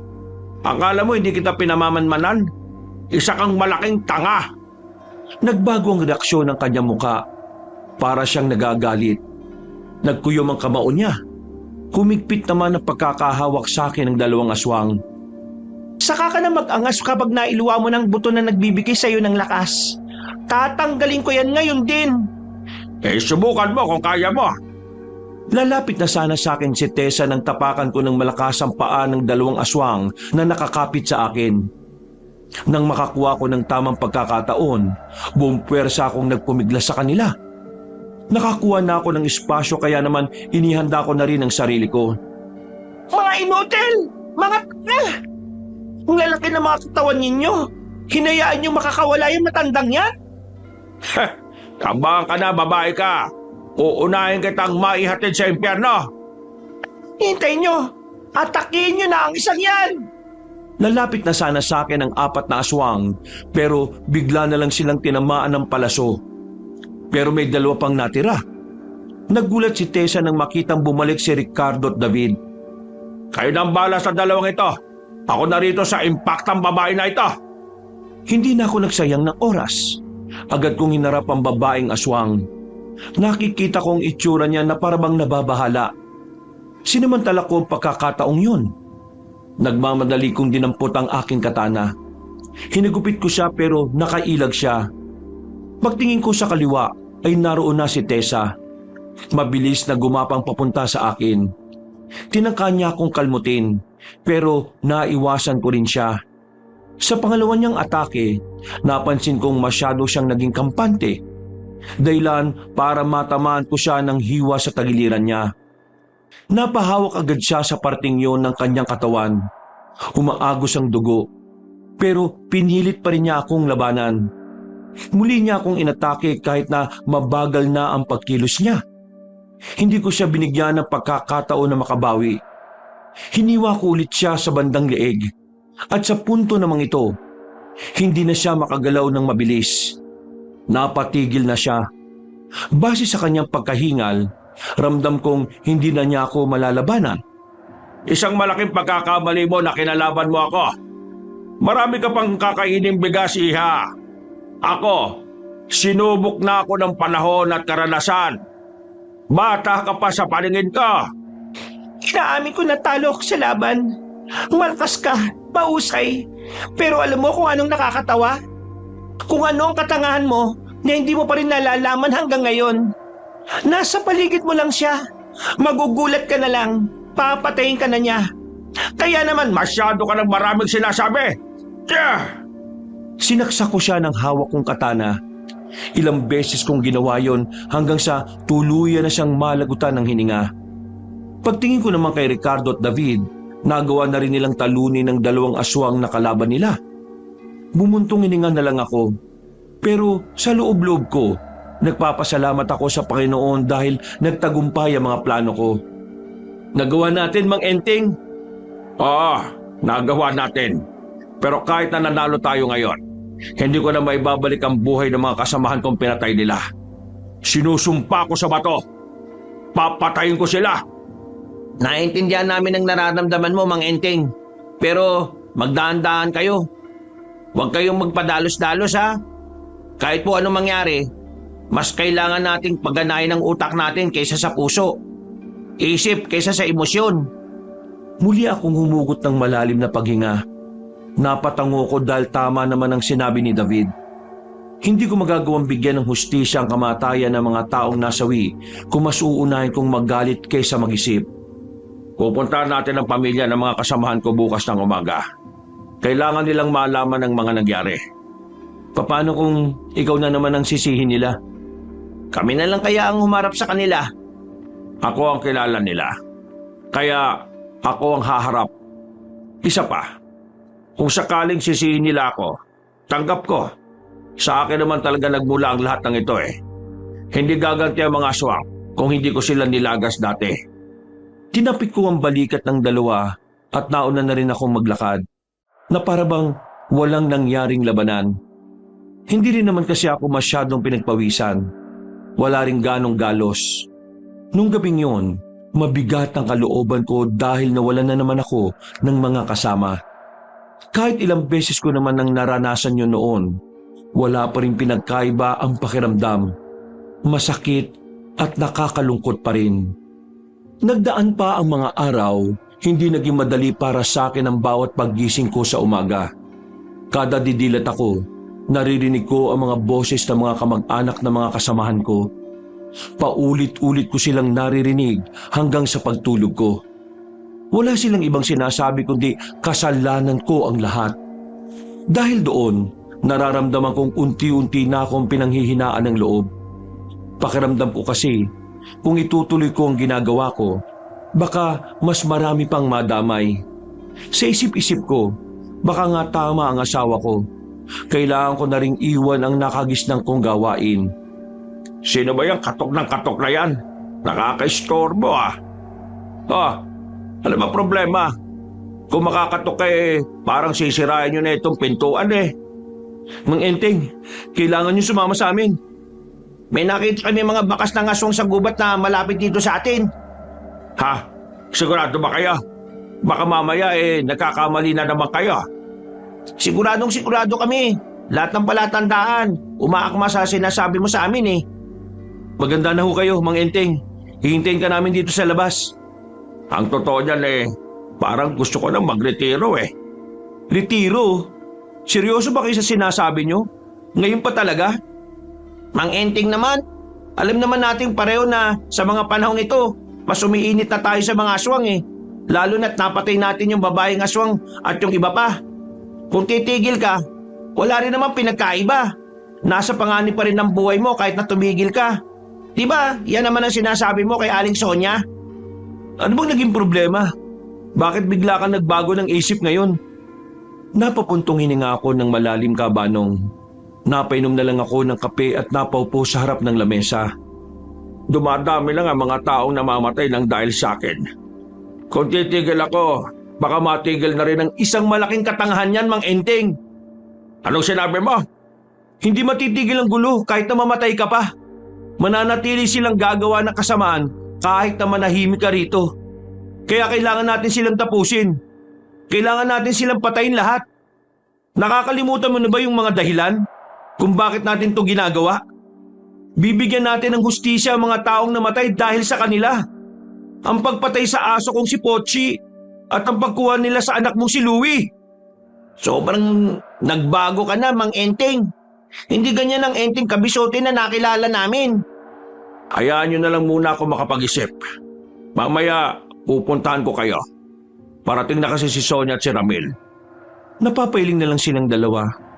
Halata ang pagkadismaya sa mukha nila nang maglakad na rin sila paalis. Maya-maya lang din, dumating na si Sonia at si Ramil. Pagpasok pa lang nila, narinig ko nang nagtatawanan na sila. Napapangiti na lang ako habang pinagmamasdan silang dalawa. Para na kasi silang mag-ina talaga. Masaya ako para sa asawa ko dahil kahit papaano, nararamdaman niya kung papaano maging isang ina. Bagay na matagal na niyang pangarap na magawa kung hindi lang sana nawala ang aming anak. O ano pang tinutunga nga mo riyan? Tulungan mo na kami maganda ng panghapunan natin. Mukhang malalim po yata ang iniisip niyo ah. Ayos lang po ba kayo? Ayos lang naman ako, Ramil. O tara na. Ako na maghihiwa ng mga yan. Masaya naming hinandaan para sa aming hapunan. Habang nagluluto ay hindi maiwasang magkwentuhan ng kung ano-anong bagay. Sa mga sandaling yon, wala akong ibang nararamdaman kundi kasiyahan. Ganun din ang asawa ko. Pero ang hindi ko alam, yun na pala ang huling hapunan namin nakasama si Ramil. Alas 8 na. Delikado na sa daan. Gusto mo bang ihatid na kita? Hindi na po. Nakakaya na po. Ay nako, huwag ka nang mahiya. Kailangan mong may kasama. Kapag kasama mo yung si Tatay Enteng mo, walang gagalaw sa iyo. Maangas yan dito eh. Lakot yan. Naku, oo nga po eh. Narinig ko palagi sa palengke na maraming natatakot kay Tatay Enteng. Tara na. Para makauwi ka na kagad sa bahay ninyo. Sigurado ba kayo, Mang Enteng? Hindi nakakaabala? Hindi naman. Para ka namang ibang tao. Kahit na alam kong delikado na kasama si Ramil sa daan, gusto ko pa rin siguraduhin na makakauwi siya ng ligtas sa kanila. Sa mga nagdaang araw kasi, kumakalat ang mga balitang marami nang natatagpo ang bangkay. mga katawan ng mga taong wala namang kinalaman sa samahan ng mga albularyo, para bang basta-basta na lang pumapatay ng mga tao ang mga aswang. Maraming salamat, Ramil, ha? Ho? Salamat po saan? Maraming salamat kasi nung makilala ka namin, pakiramdam namin naging isang tunay na magulang talaga kami. Napapasaya mo kami. Tungkol ba ito sa anak niyong si Louie? Oo. Pasensya ka na kung ikaw yung parang ginagamit namin para sumaya, ha? Hindi niyo naman po ako ginagamit kasi kusa ko itong ginagawa. At masaya rin po ako na malaman na nakakatulong ako sa inyo. Kung ano-ano pa ang napag-usapan namin ng mga oras na yon, Kabanong. Nalibang na kami sa kwentuhan kaya hindi ko na namalayan na nakarating na pala kami sa abandonadong tulay na madalang na lang na madaanan ng sasakyan at ng mga tao. Ay, nako, nalibang ako sa usapan natin. Hindi ko namalayan na mali na pala itong dinaraanan natin. Ayos lang. Pwede naman akong dumaan dito eh. Ha? Saan ka dadaan dyan? Sarado na yung daan na yan. Naging kagubatan na rin yan eh. Bakit niyo siya binigay sa mga aswang? Ha? Binigay sa mga aswang? Anong sinasabi mo, Ramil? Hindi ko gaanong makita ang mukha niya dahil may kadiliman na rin sa tulay. Pero noong mga oras na yon, biglang nagbago ang pakiramdam ko sa kanya. Sa isang iglap lang, parang merong nag-iba sa Ramil na nakilala namin. Parang hindi na siya yon. Bagay na mas lalong bumuhay sa pagtataka ko. Pero mas naging maganda ang buhay niya ron. Doon, itinuring siyang pamilya at sinamba siya ng mga mas nakakababa sa kanya. At isa siyang espesyal na aswang. Kaya alam kong malaki ang pasasalamat niya dahil hindi kayo nagpalaki sa kanya. Hindi ka maintindihan, Ramil. Sino ba sinasabi mo? Aray! Hindi ko na naituloy ang sinasabi ko nang bigla niya akong suntukin ng malakas sa sikmura. Sa sobrang lakas ay parang bumaliktad ang sikmura ko. Naramdaman ko na lang ang panghihina ng kusang mailuwa ko ang mahiwagang buto. Mabilis yung kinuha ni Ramil. Habang ako naman, napahiga na lang ako. Nanlalambot, hinang-hina at nahihilo. Sino ka ba? Bakit mo ito ginagawa sa akin, Ramil? Hindi ako si Ramil. Ako si Louie, ang anak na pinamigay ninyo sa mga aswang kapalit ng pera. Ha? Louie? Teka, hindi totoo yun. Hindi namin ginawa ni Sonia ang bagay na yon. May malaki kayong utang noon at ikaw na albularyo ka. Meron ka kakilalang aswang. Kaibigan mo pa. Binigay niyo ako sa kanya para makabayad kayo sa utang at para hindi kayo makulong. Pero maraming salamat. Dahil sa pangangalaga ni Tatay Atong, lumaki akong ganito. Malakas, mabangis, at higit sa lahat, kumpleto at masaya. Teka, Ramil, ikaw si Louie? Ang anak namin ni Sonia? Aswang ka? Hindi ako makapaniwala sa mga nalaman ko. Magkahalong emosyon ang nararamdaman ko. Kaya pala magaan ang pakiramdam namin sa kanya nung una pa lang. Kaya pala hindi ako nahirapang pagkatiwalaan siya dahil siya pala talaga ang anak ko. Pero hindi ko matanggap ang mga sinabi niya. Isa siyang aswang at ang mga istoryang binuo ng mga aswang para lasunin ang isip niya. Hindi totoong sinabi nila sa'yo. Hindi ka namin binenta sa kanila. Nung panahon na yon, nangunguha sila ng mga sanggol, ng mga bata, para gawin nilang pagkain. Nung panahon na yon, wala akong nagawa dahil hindi ko pa sila kayang kalabanin. Sinungaling! Hindi niyo ako mauuto. Kahit kailan, hindi ko kayo pinagkatiwalaan. Kayo lang naman tong tatanga-tanga na mabilis magtiwala sa mga hindi naman kilala ng lubusan. Lahat ng pinakita mo, sabihin mo, totoo mo ngayon, di ba? Totoo? Inutil ka ba talaga?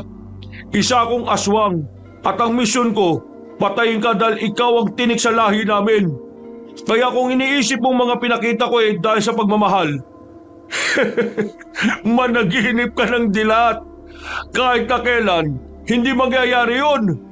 Ginawa ko lang ang mga yon dahil kailangan kong malaman kung nasa ng buto na nagpapalakas sa katawan mo. At ngayong nakuha ko na ito, Wala na akong dahilan para makita pa kayo. Lalong-lalo ka na. Anong gagawin mo? Papatayin mo ako ngayon? Sige, gawin mo. Total, wala naman na akong kalaban-laban. Wala na akong lakas. Lupay-pay na ako. Kung yan ang ikasasaya mo, anak, gawin mo. Patayin mo ang ama mo. Huwag mo akong matawag-tawag na anak dahil hindi kita itinuring na ama. Si Tatay Atong lang ang itinuturing kong ama dahil siya lang ang nag-alaga sa akin mula pagkabata ko. Nilaso nila ang utak mo, anak. Kinuha ka niya dahil alam niyang magagamit ka niya laban sa akin. Kahit ano pang sabihin mo, hindi na ako makikinig sa'yo. Humanda ka na ngayon. Mamamatay ka sa pinaka nakakaawa at nakakahiyang paraan. Ang mamatay ng walang kalaban-laban. Napanunok na lang ako ng laway sa mga sandaling yon, Kabanong. Alam ko, tanggap ko na yon na ang huling sandali ko na sa mundo. Kahit na alam kong kailangan ko pang lumaban, talagang isinusuko ko na lang ang aking sarili. Dahil bukod sa wala naman akong laban sa kanya, alam kong ang kamatayan ko lang din na makakapagpasaya at makakapagpagaan ng kanyang kalooban. Sa aking kamatayan, sana maging masaya ka, anak. At sana dumating ang araw na mapagtanto mo na walang araw na lumipas na hindi ka namin minahal ng mama mo. Unti-unti na siyang nagbago ng anyo. Merong lumabas na mahabang kuko at hintuturo niya. Kasing lapad at haba ng isang tipikal na kutsilyo.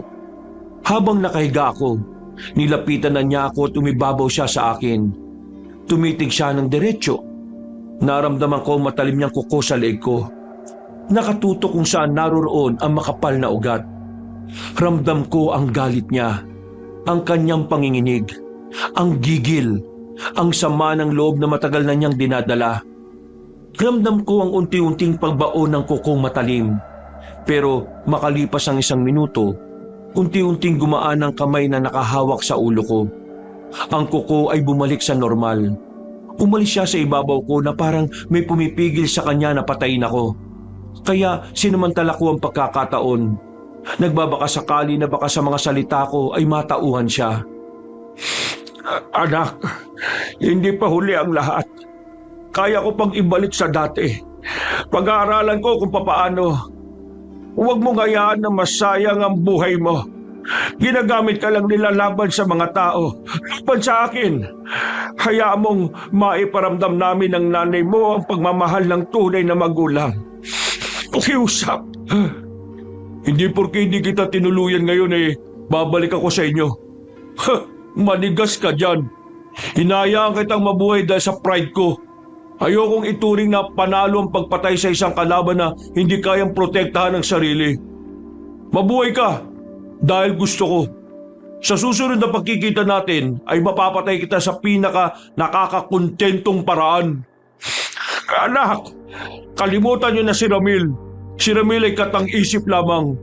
Ang isipin mo, si Louie, dahil yun ang papatay sa inyo sa susunod na pagkakataon. Sinubukan ko pang makabangon para pigilan siya. Pero bumabagsak lang ako kapag pinipilit ko makatayo. Hindi nagtagal ay nawala na rin siya sa paningin ko. Louie! Tak! Nakailang ulit akong pagsigaw sa tulay na yon. Pero kahit na anong gawin ko, hindi na siya bumalik. Maya-maya pa, naramdaman kong mas lalong umina ang katawan ko. Muli akong bumagsak ng pinilit kong bumangon, hanggang sa bigla na lang akong nawala ng malay. Pagising ko, meron akong nakikita mga alitaptap sa harapan ng mukha ko. Maya-maya pa, sa mga sandaling yon, hindi ko alam kung bakit parang hinahatak nila ako para sundan sila. Ang pinagtataka ko rin kung bakit parang kinakaya ko nang makabangon. Medyo nangihina pa rin ako pero naitutukod ko na ng mas matagal ang mga tuhod ko. Nakakatayo na rin ako kahit na medyo gumegewang. Bakit usa akong sumusunod sa mga alitaptap na ito? Pinipilit kong pigilan ng mga paa ko sa paglalakad pero hindi ko magawa. Nagpatuloy lang ako sa paglalakad. Hanggang sa makalipas ang halos 5 minuto, nakapasok na ako sa kagubatan. Mas dumami ang mga alitaptap at nasa iisang direksyon lang sila. Dahil doon ay naintriga na ako kung ano ba talaga ang nangyayari. Kaya naman sinundan ko na lang sila. Maya-maya pa, nakarating na ako sa isang kuweba. Nagliliwanag ang loob nito dahil sa mga alitaptap na nagkukumpulan. Kaunting lakad lang, sa loob ng kuweba ay meron akong nakitang espada na nakadikit sa pader. Kaya niyo ba ako dinala rito para ihatid sa espadang ito? Teka, ito ba yung espadang nasa panaginip ko? Sandali. Ito nga yun. Nagmamadali ako makalapit sa espada, Kabanong. Nang hawakan ko na yon ay may kakaiba kong naramdaman. Parang mainit, parang may dumaloy na kuryente sa katawan ko. Pero dahil pakiramdam ko yon na ang espadang gustong ipagkaloob sa akin para talunin ng mga aswang, muli ko yung hinawakan kahit na halos mapaso na ang kamay ko. Buong lakas kong hinugot yon. Pagtanggal ko sa espada sa pader, nangisay ako ng ilang segundo. Lumiwanag sa kuweba. Kasunod nito ay may narinig akong mahiwagang boses. Isang boses ng matandang lalaki na sobrang mahinahon at hiwaga ng boses. Sino ka? Ikaw ba yung nagbigay sa akin ng espadang ito? Ikaw, Enteng Kabisote, ang itinakda para talunin ang pinakamalakas na aswang sa henerasyon na ito. Gamitin mo ang espadang yan ng may puso at pagmamalasakit sa buhay ng sangkatauhan. Sa pamamagitan ng sandatang yan, magtataglay ka ng pambihirang lakas, tapang at determinasyon na makamtan ang kapayapaan. Gawin mo kung ano ang nararapat para sa kapayapaan ng bawat isa. Umaasa ang sangkataasan sa iyo, Enteng Kabisote. Sandali lang.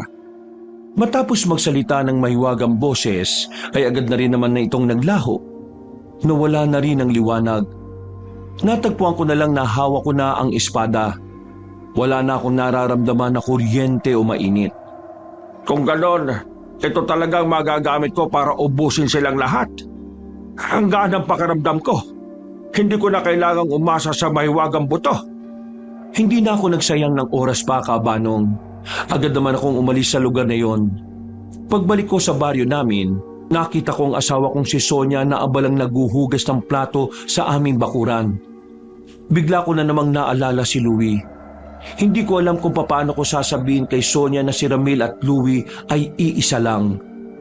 Pagpasok ko, napatingin agad siya sa akin. Yung reaksyon ng mukha niya parang hindi mapalagay. Naihatid mo na ba siya? Oo, naihatid ko na siya. Magpahinga ka na. Ako lang tatapos sa mga hugasin na yan. Meron sana akong gustong sabihin sa iyo, Enteng. Ano yon? Tungkol ito sa anak natin. Hindi ako nakapagsalita. Pagtingin ko sa mga mata niya, nakikita kong parang naluluha na siya. Kinutuban na ako, pero hinintay ko pa rin kung anong manggagaling sa bibig niya. Hindi ko alam kung maniniwala ka sa akin, pero si Ramil, meron siyang balat sa balikat na gaya ng kay Louie natin. Hindi lang yon, meron din siyang peklat sa bandang binti niya. Ganon din ang kay Louie, hindi ba? Enteng, malakas ang pakiramdam ko na si Ramil ang anak natin. Siya si Louie. Ang totoo niya, Sonia, alam ko na rin na siya ang anak natin. Ha? Kailan pa? Ngayon lang, habang magkasama kami. Bakit hindi mo sinabi sa kanya na siya ang anak natin? Siya ang nagsabi sa akin, Sonia. Alam niya na tayo mga magulang niya. Pero bakit hindi niya sinabi sa atin? Dahil ayaw niya. Galit siya sa atin. Bakit naman siya magagalit? Pihira naman. Hindi ang Louie natin ang Louie na nakaharap natin. Iba na siya. Yung iba, iyon nga ang anak natin. Oo nga, siya nga si Louie. Pero hindi siya lumaki sa magandang lugar at sa magandang pamilya, Sonia. Hindi ganun yung inaasahan natin. Nakita mo naman na mabuti siyang tao, hindi ba? Sinasabi mo dyan. Sonia, ang anak natin, isa ng aswang. Anak? Napahilamos na lang ako sa mukha ko. Alam kong maguguluhan siya kapag sinubukan kong ipaliwanag sa kanya. Pero Yun lang ang tanging paraan para maging malinaw sa amin ang lahat. Anong pinagsasasabi mo? Paano magiging aswang si Louie? O si Ramil? Nakita mo naman na normal na tao lang siya, hindi ba? Kung aswang siya, dapat ikaw ang unang makaramdam doon. Hindi siya pangkaraniwang aswang, kaya hindi ko naramdaman ang presensya niya bilang aswang. Sa tingin ko, dahil masyadong magaan ang pakiramdam natin sa kanya, kaya hindi ko napansin kung ano ang mga kakaiba sa kanya. Pigil ka na nga! Hindi aswang ang anak natin! Aswang ang anak natin, Sonia. Napunta siya sa mga aswang, at ang mga aswang na yon ay nilaso ng utak niya kaya siya galit sa atin. Yung pakikisama niya sa atin, palabas niya lang lahat ng yon. Dahil ang plano niya, kunin ang mahiwagang buto sa loob ng katawan ko para mas madali niya akong mapatay. Ngayon na lang natin ulit nakita ang anak natin. Paano mo nasasabi ang mga yan? Dahil yon ang totoo, Sonia. Yon ang totoo. Kahit ako, hindi ko rin naman inakala na magiging ganon ang anak natin. Akala mo ba, hindi rin masakit para sa akin na ganon ang kinahinatnan niya? Mahirap din para sa akin ang isang inosenteng bata na anak natin noon ay isa ng mabangis na aswang ngayon. Sobrang hirap para sa akin yon. Mahirap dahil papatayin mo siya kasi aswang siya. Ganun ba? Hindi na ako nakapagsalita sa huling sinabi ni Sonia Cabanong. Para akong sinampal ng katotohanan. Isang katotohanan na kahit na anak ko si Louie, magiging magkalaban kami dahil makasalungat ang ipinaglalaban namin. Enteng, gusto ko pang makasama ang anak natin. Ikiusap ako. Huwag mo siyang sasaktan. Gawin natin ang lahat para makabalik siya sa atin. Huwag ka mag-alala, Sonia. Susubukan ko makausap si Louie para maikayat ko siyang magbalik loob sa kabutihan. Niyakap ko na lang ng maigpit si Sonia Cabanong nung mga sandaling yon. Parehong mabigat ang kalooban namin. Ako, hindi ko alam kung papaano ko susolusyonan ang problemang yon. Pinagdarasal ko na lang na sana magkaroon ng himala. Kinabukasan, nakipagkita ko kay Ricardo at David. Kinuwento ko sa kanila ang nangyari. Kahit sila, nawindang din sa mga nalaman. Kung hindi mo naramdaman ang presensya niya bilang aswang, ibig sabihin, hindi siya pangkaraniwan. Baka bukod tangi siya sa lahat kaya siya pinili ng matandang aswang para lapitan ka. Ano ngayon yung binabalak mo, Mang Enteng? Sigurado ka bang kakayanin mong harapin ang anak mo sa susunod niyong pagkikita? Hindi ako nakapagsalita. Hindi ko alam kung anong isasagot ko sa tanong na yon, Cabanong. Nahahati ang isipan ko. Minsan ay namamayani ang pagiging ama na naulila sa isang anak, pero sumasapaw din ang pagiging albularyo na may obligasyon sa buhay ng mga tao.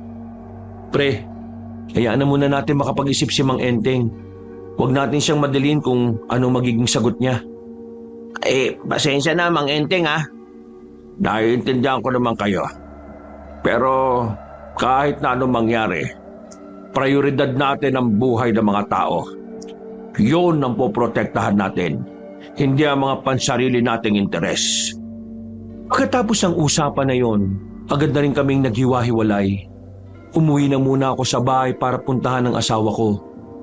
Baka sa mukha niya ang pagkalugmok, pero hindi ko rin siya masisisi.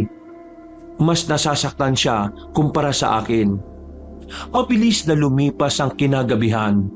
Nagmamadali ako makauwi galing sa bayan. May mga daladala akong pagkain na pasalubong para kay Sonia. Pero nasa malayo pa lang ako, nakita ko na mga tao sa harapan ng bahay namin. Kinabahan na ako kaya dali-dali akong lumapit, Cabanong. Sinalubong ako ni David at Ricardo. Meron silang hawak-hawak na sulat. Pagbasa ko, nakalagay doon na kinuha ni Louie si Sonia. Dinala sa gubat na malapit lang din sa baryo. At sinabi rin doon na kailangan kong pumunta para ipantubos ang sarili ko. Sasama kami. Hindi na. Laban ko na ito. Problema na namin to bilang pamilya. Anong bilang pamilya? Hindi ka nakakasiguro na si Louie o Ramil lang ang nandun. Baka mamaya mapatay ka nila doon. Tama si David, Mang Enteng. Patibong lang ang ginagawa niya. Huwag na kayong sumama. Pero meron ako ipapagawa sa inyo. Meron pa akong isang kakilala na albularyo din. Pero nasa dulong baryo siya. Hindi ko siya gaano kasundo, pero pareho kami ng adikain pagdating sa pagpatay sa aswang. Kausapin niyo siya. Makiusap kayo na magpadala siya ng maraming manunugis kung saan ako pupunta. Sumang-ayon naman ang dalawang binatilyo. Nang magkasundo na kami, ay hindi na ako nagsayang pa ng oras. Agad na rin akong umalis dala ang mahiwagang espada na nakuha ko sa kuweba. Hindi naman kalayuan ang kinaroroonan ng gubat kaya nakarating ako kaagad. Nakatayo lang ako habang pinalilibutan ng mga nagtataasang punong kahoy. Nakikiramdam, nagmamasid sa dilim habang nasa ilalim ng bilog at maliwanag na buwan. Hindi nagtagal, naramdaman ko na ang presensya ng isang aswang. Isang pamilyar na presensya. Mabuti naman at sumipot ka. Alangan namang hindi. Buhay ng asawa mong nakataya. Walang iya ka. Nasaan si Sonia? Ilabas mo siya. Pep. Kalma. Darating din tayo sa parting yan. Huwag kang magmadali. Alam ko naman na sabik ka ng makumpleto kayo ulit. Ikaw ba nagpalaki sa anak ko? Anak mo o anak ko? Louie mo o si Ramil? Kahit ano pang pangalan niya, anak ko pa rin siya. Hindi mo na siya anak mula nang hinayaan mo siyang mapunta sa amin. Siya na si Ramil ngayon. Pero tinatawag niya ang sarili niyang Louie. Kaya nararamdaman ko na meron pa rin kabutihan sa kalooban niya. Tinatawag niyang Louie ang sarili niya dahil nalaman niya na yon ang pangalan niya noong bata pa siya. At kailangan niyang gawin yon para malinlang ka. Pero sa loob-loob niya, siya si Ramil, ang batang pinalaki at hinubog ng kultura ng pagiging aswang. Kaya wala ka nang magagawa, Enteng Kabisote. Kailangan mo na lang tanggapin na dito na matatapos ang buhay mo. Pumalakpak ng isang beses sa matandang kaharap ko, Kabanong. Maya-maya lang ay nagpakita na rin ng mga aswang na kanina ko pa nararamdaman. Naroon din si Louie. Kasama nila si Sonia na nakabusal ang bibig. Louie, hindi mo ito dapat ginawa. Kami ni Sonia ang tunay mong magulang. Kami ang magpaparamdam sa iyo ng totoong pagmamahal. Nakalimutan mo naman sinabi ko sa iyo na sa susunod natin pagkikita, papatayin na kita. Ganyan ka ba kahina matanda ka? Gagamit ka pa ng tao para pahinain ako? Wala na sa akin ang maiwagang buto. Ano ba kailangan niya? Tingin mo sa akin, tanga? Akala mo hindi ko alam na meron kang panibagong pinaguhugutan ng lakas mo? Hindi ko sigurado kung ano yon. Kaya yan, naninigurado na ako na talagang hindi ka na makakapalag. Kahit na may bago kang tuklas na panlaban sa amin. Kahit na kailan, mga hayop talaga kayo. Mamili ka ngayon. Buhay ng asawa mo o buhay mo? Tatay Atong, gusto ko siyang makalaban. Kaya mas maganda siguro kung pakakawalan natin ang matandang to kung magagawa niya akong talunin. Hindi ka dapat maging kampante, Ramil. Hindi natin alam kung ano ang itinatago nitong alas. Wala akong nararamdamang panganib sa kanya. Kaya sana hayaan mo ako. Hindi ka ba nagtitiwala sa pagiging kakaibang aswang ko? Nakita ko napangisi ang matandang aswang. Sa huli, pumayag din ito. Kaya naman pumesto na rin sa harapan ko si Louie. Nagpatunog pa siya ng leeg at mga daliri. Anak, hindi natin dapat gawin to. Ang tunay nating kalaban ay mga aswang. Makinig ka sa akin. Hindi na ako nakapagsalita nang mabilis siyang nakalapit sa akin. Sinuntok niya ako ng malakas. Tumilapon agad ako.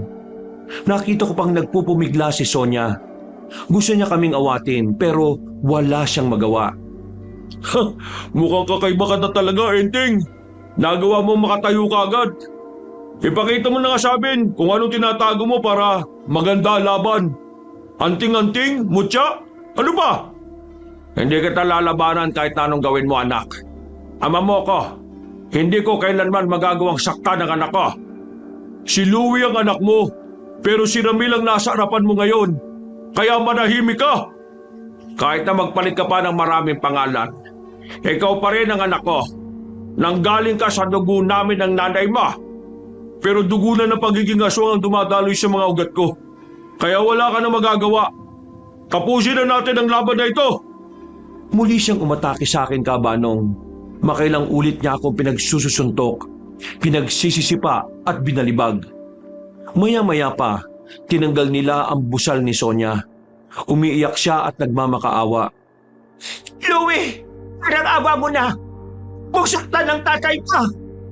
Pero kahit na anong pakiusap niya, ay hindi niya pinakikinggan si Sonia. Nung mga sandaling yon, alam ko mamamatay ako kapag hindi ako lumaban. At kapag namatay ako, mamamatay rin ang asawa ko. Kaya kahit na masakit para sa akin na harapin si Louie, nilakasan ko na lamang ang aking loob. Mas matimbang sa akin si Sonia kaysa sa anak kong makakapagdulot ng kapahamakan sa maraming buhay. Kung ito ang gusto mo, anak, sige, lalabanan kita. Yan! Yan ang gusto ko! Lumalaban! Yan ang maganda! Hinugot ko na ang espada ko. Sandali kong ipinikit ang aking mga mata. Dinama ko ang kapangyarihan ng mahiwagang espada. Pero sa hindi ko malamang dahilan, wala akong maramdaman.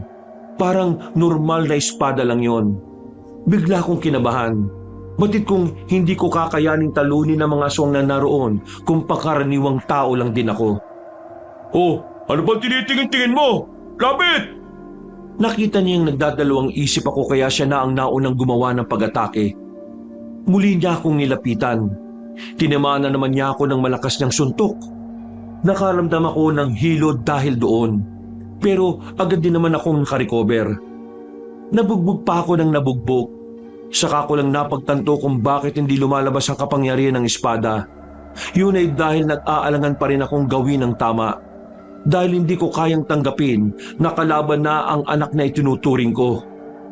Nang maramdaman ko na ang kapangyarihan ng espada, saka naman ito nawala sa akin. Pag-atake ulit sa akin ni Louie, nabitiwan ko yon. Kung ganun, nasa espadang yan ang tinatago mong alas ha? Alam ko na ngayon. Sinipa niya pa yun palayo sa akin. Sinubukan kong kunin pero hinarangan niya ako. Sinipa ng malakas kaya mas lalo kong napalayo sa sandata ko. Kahit na kailan. Matalino ka talaga, Ramil. Hindi mo ako binibigo. Siyempre, nagmana ako sa iyo eh. Sige, kung hindi mo talaga ako kayang ituring na ama, ayos lang. Hindi ko hahayaan na saktan mo ang mga taong mahal ko. Anak kita, pero hindi ikaw ang anak na gusto namin. Kung ikaw ang magiging dahilan para magdusa ang maraming tao, mas pipiliin ko sila kesa sa iyo, Louie. Kaya magmula sa oras na ito, hindi na ako magdadalawang isip na kalabanin ka. Hindi ko na pipigilan ang sarili ko. Gagawin ko kung ano ang tama. Sige, gawin mo kung anong gusto mo. At gagawin ko naman kung anong naaayon sa layunin sa lahi namin mga aswang. Sa muli niyang paglapit sa akin, mas naramdaman ko na ang lakas ng pagkakasuntok niya sa tiyan ko. Namilipit ako sa sakit. Nakita ko na lang na pinahaba na niya ng ilang pulgada ang kanyang kuko. Handang-handa na niya akong paslangin. Louie, kayo usap. Huwag gawin ito. Huwag mo siya. Mahal ka niya. Mahal ka namin. Hindi totoo pinamigay ka namin sa mga aswang para lang sa pera. Ang kwento lang ng mga aswang ang alam mo. Hindi ang kwento namin. Kaya, kinig ka naman, anak. Manahimik ka! Ang mga tinatawag niyong masama ay ang mga tumulong sa akin para mabuhay. Kaya wala kayong karapatan na ituring silang salot. Dahil yun ang sinalpak nila sa utak mo. Ang maniwala ka sa mga kasinungalingan. Manahimik ka! Mangkakalmutin na niya ako nang biglang dumating ang mga resback na tinawag ng 2 binatilyo. Agad na sumiklab ang gulo. Nagkanda labo-labo na. Ramil, tigilan mo muna yan. Hayawan na muna ang mga bata natin dito. Hindi! Kaya-kaya ko naman silang labanan! Makinig ka sa akin. Umalis silang dalawa. Habang ang mga aswang naman na kasama nila ay hinarang ang mga manunugis na resback. Mabilis naman akong inalalayan ni Ricardo at ni David. Ayos ka lang ba, Mang Enteng? Oo, ayos lang ako. Ang asawa ko, si Sonia. Nasaan ang asawa ko? Huwag kayong mag-alala. Nailigtas na siya ng mga kasama natin. Asikasuhin niyo ang mga aswang dito. Kailangan kong habulin si Louie at ang matandang aswang na yon. Paano mo sila kakalabanin kung mag-isa ka lang? Sigurado ka bang kakayanin mo sila? Habang nagkakagulo, inilahat ko ang kamay ko. Nagulat sila nang biglang lumipad ang espada papunta sa kamay ko. Lumika ito ng malakas na hangin. Lahat ay namangha, pati ang mga aswang ay sandaling napatigil. Pagkagupit ko ay gumawa ito ng malakas na hangin na siyang nagpatilapon sa mga aswang. Kakayanin ko sila, kahit dalawa pa sila. Kaya pakiusap, kayo na muna ang bahala kay Sonia. Ayoko makita niya kung paano ko tapusin ang buhay ng anak namin. Tumayo silang dalawa. Hindi na ako nagdalawang isip pa. Agad akong umalis doon at sinundan ko ang amoy nila Louie. At sa halos 5 minuto kong paghahanap sa kanila, narating ko na rin ang kinaroroonan nilang dalawa. Haha, anga rin ako sa iyo, hindi na. Talagang sinundan mo pa kami rito para lang mamatay. Kung talagang nag-iisip ka, dapat alam mong hindi ako susunod dito kung alam kong wala akong magagawa. Anong gagawin mo, Tatay Atong? Haharapin ko ang isang ito. Ako nang harap sa kanya. Ikaw ang pag-asa ng angkan natin, Ramil. Kaya ikaw ang huling alis natin. Manood ka na lang muna riyan. Hindi ka dapat maging kampante sa kanya. Kailangan muna nating alamin kung anong magagawa ng espada niya. Saka natin siya pagtutulungan kapag nakita mong hindi ko na talaga kaya. Ano? Tapos na ba ang pag-uusap niyo? Gusto ko nang simulan to. Naghihintay na sa akin ang asawa ko.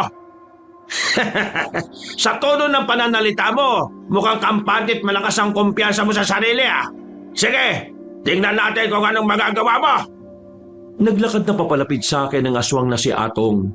Habang naglalakad siya, ay unti-unting nagbabago ang kanyang anyo. Naramdaman ko naman ang kakaibang kapangyarihan na dumadaloy sa kamay ko. Nagmumula yun sa espadang hawak-hawak ko. Sobrang lakas ng enerhiyang nararamdaman ko roon, kaya hindi na ako nagpatumpik-tumpik pa. Nagulat pati si Louie sa ginawa ko. Sa sobrang bilis, hindi na niya namalayang napatay ko na si Atong. Nakatarak na ang espada ko sa tiyan ni Atong at nang hugutin ko yon, unti-unti itong nangitim at kalaunan ay naging abo. Masyado kang maraming sinasabi. Anong ginawa mo? Anong ginawa mo sa tatay ko? Magsasalita pa sana ako pero nagbago na rin ang anyo si Louie.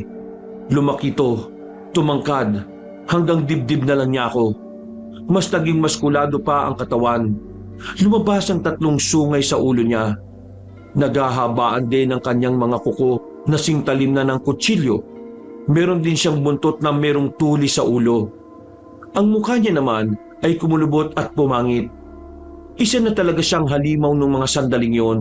Kaya wala na akong magagawa kundi ang ibigay sa kanya ang tunay na laban. Lumusob siya sa akin. Sobrang bilis, sobrang lakas. Hindi ko magawang sabayan ang mga galaw niya sa unang 5 minuto. Nadali niya ako. Basag ang kaliwang kilay ko. Duguan agad ako at naramdaman ko kagad ang kakaibang puwersa na nagmumula sa kanya. Ganyan pala ang ginawa nila sa'yo, Louie. Huwag ka mag-alala. Palalayain kita. Makakalaya ka sa buhay na yan, anak. Hindi ko gusto ang kalayaan na nagmumula sa'yo. Dahil matagal na akong malaya sa parangalam ko. Nahawakan niya ako sa leeg, pero hinataw ko siya ng espada. Tinamaan ko siya sa braso. Putol agad ang kaliwang braso niya. Pero hindi yun naging dahilan para panghinaan siya. Mas lalo pa siyang naging mabangis. Nakita ko na lang na humaba na ang buntot niya. Gumapang yun papunta sa akin. Pilit niya akong tinutusok gamit yon. Mabuti na lang ay malakas din ang pakiramdam ko kaya nahiwa ko ang buntot niya. Patawarin mo ako, anak. Kailangan kong gawin to. Huwag mo akong tawagin, anak! Mas lalo pa siyang naging mabangis. Magkakasunod na atake ang kanyang ginawa. Ako naman ay umiilag lang ng umiilag. Naghahanap ng tamang pagkakataon. Nang makadistansya ako ng kaunti, napansin kong medyo iniindan na rin niya ang sakit ng pagkaputol ng isa niyang braso. Kaya naman, sinamantala ko na ang pagkakataon na nasa ganun siyang kalagayan.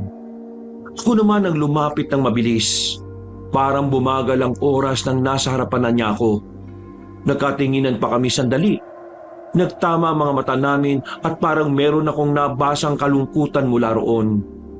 Noong mga sandaling yon, naramdaman ko na parang gusto na rin niyang makaalis sa ganoong buhay.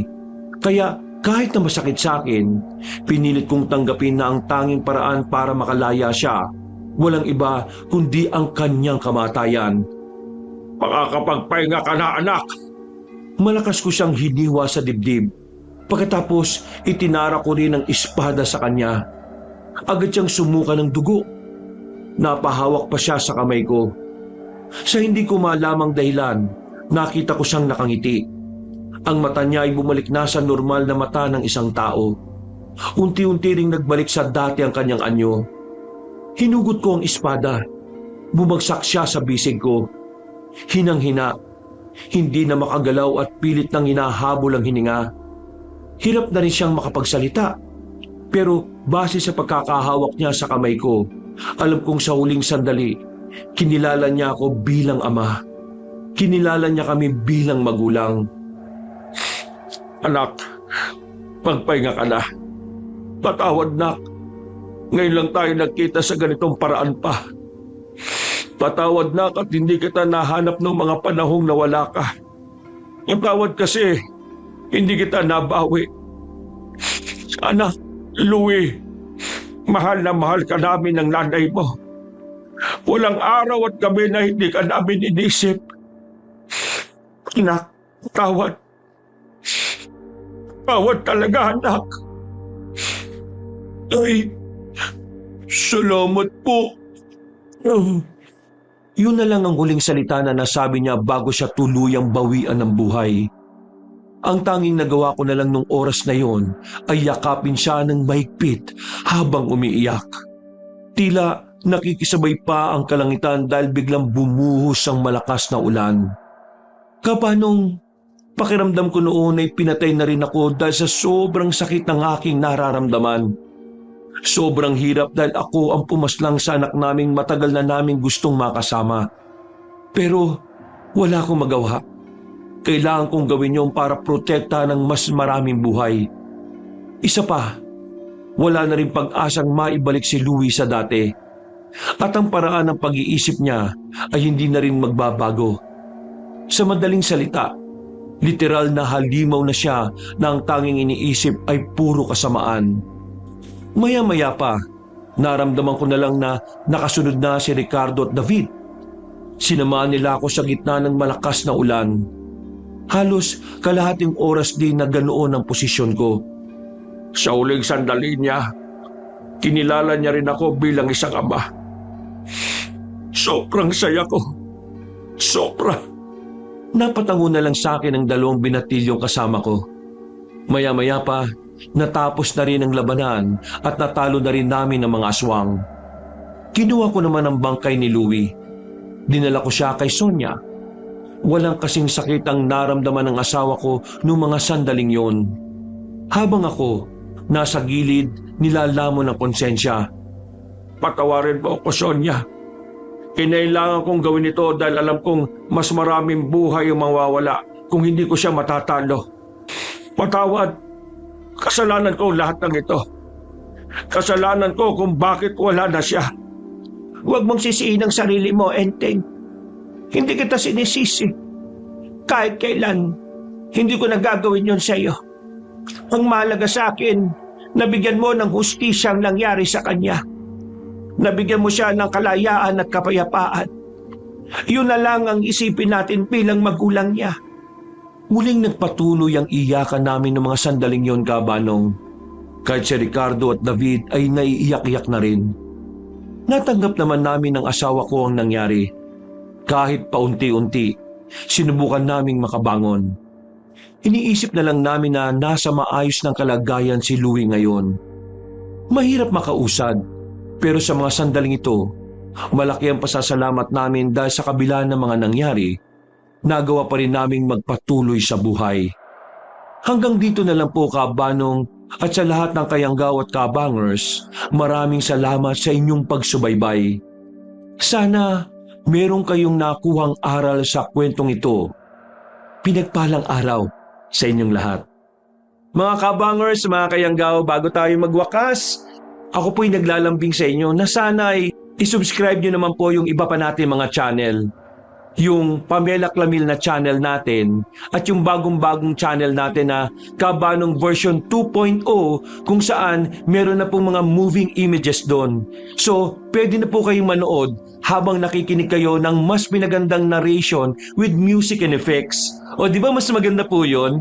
Kaya sana po, huwag niyong kalimutang mag-subscribe para makasama kayo sa first 100,000 subscriber ng channel na yon. At syempre, mag-iwan na rin kayo ng comment, pindutin ang like button. Ilalagay po natin sa pin comment yung mga link ng mga nasabing channel. Napakalaking tulong po yun sa ating channel at para patuloy tayo makapagbigay ng mga magagandang kwento. Hanggang sa muli, wakas, as, as, as, as, as, as, as, as, as, as, as,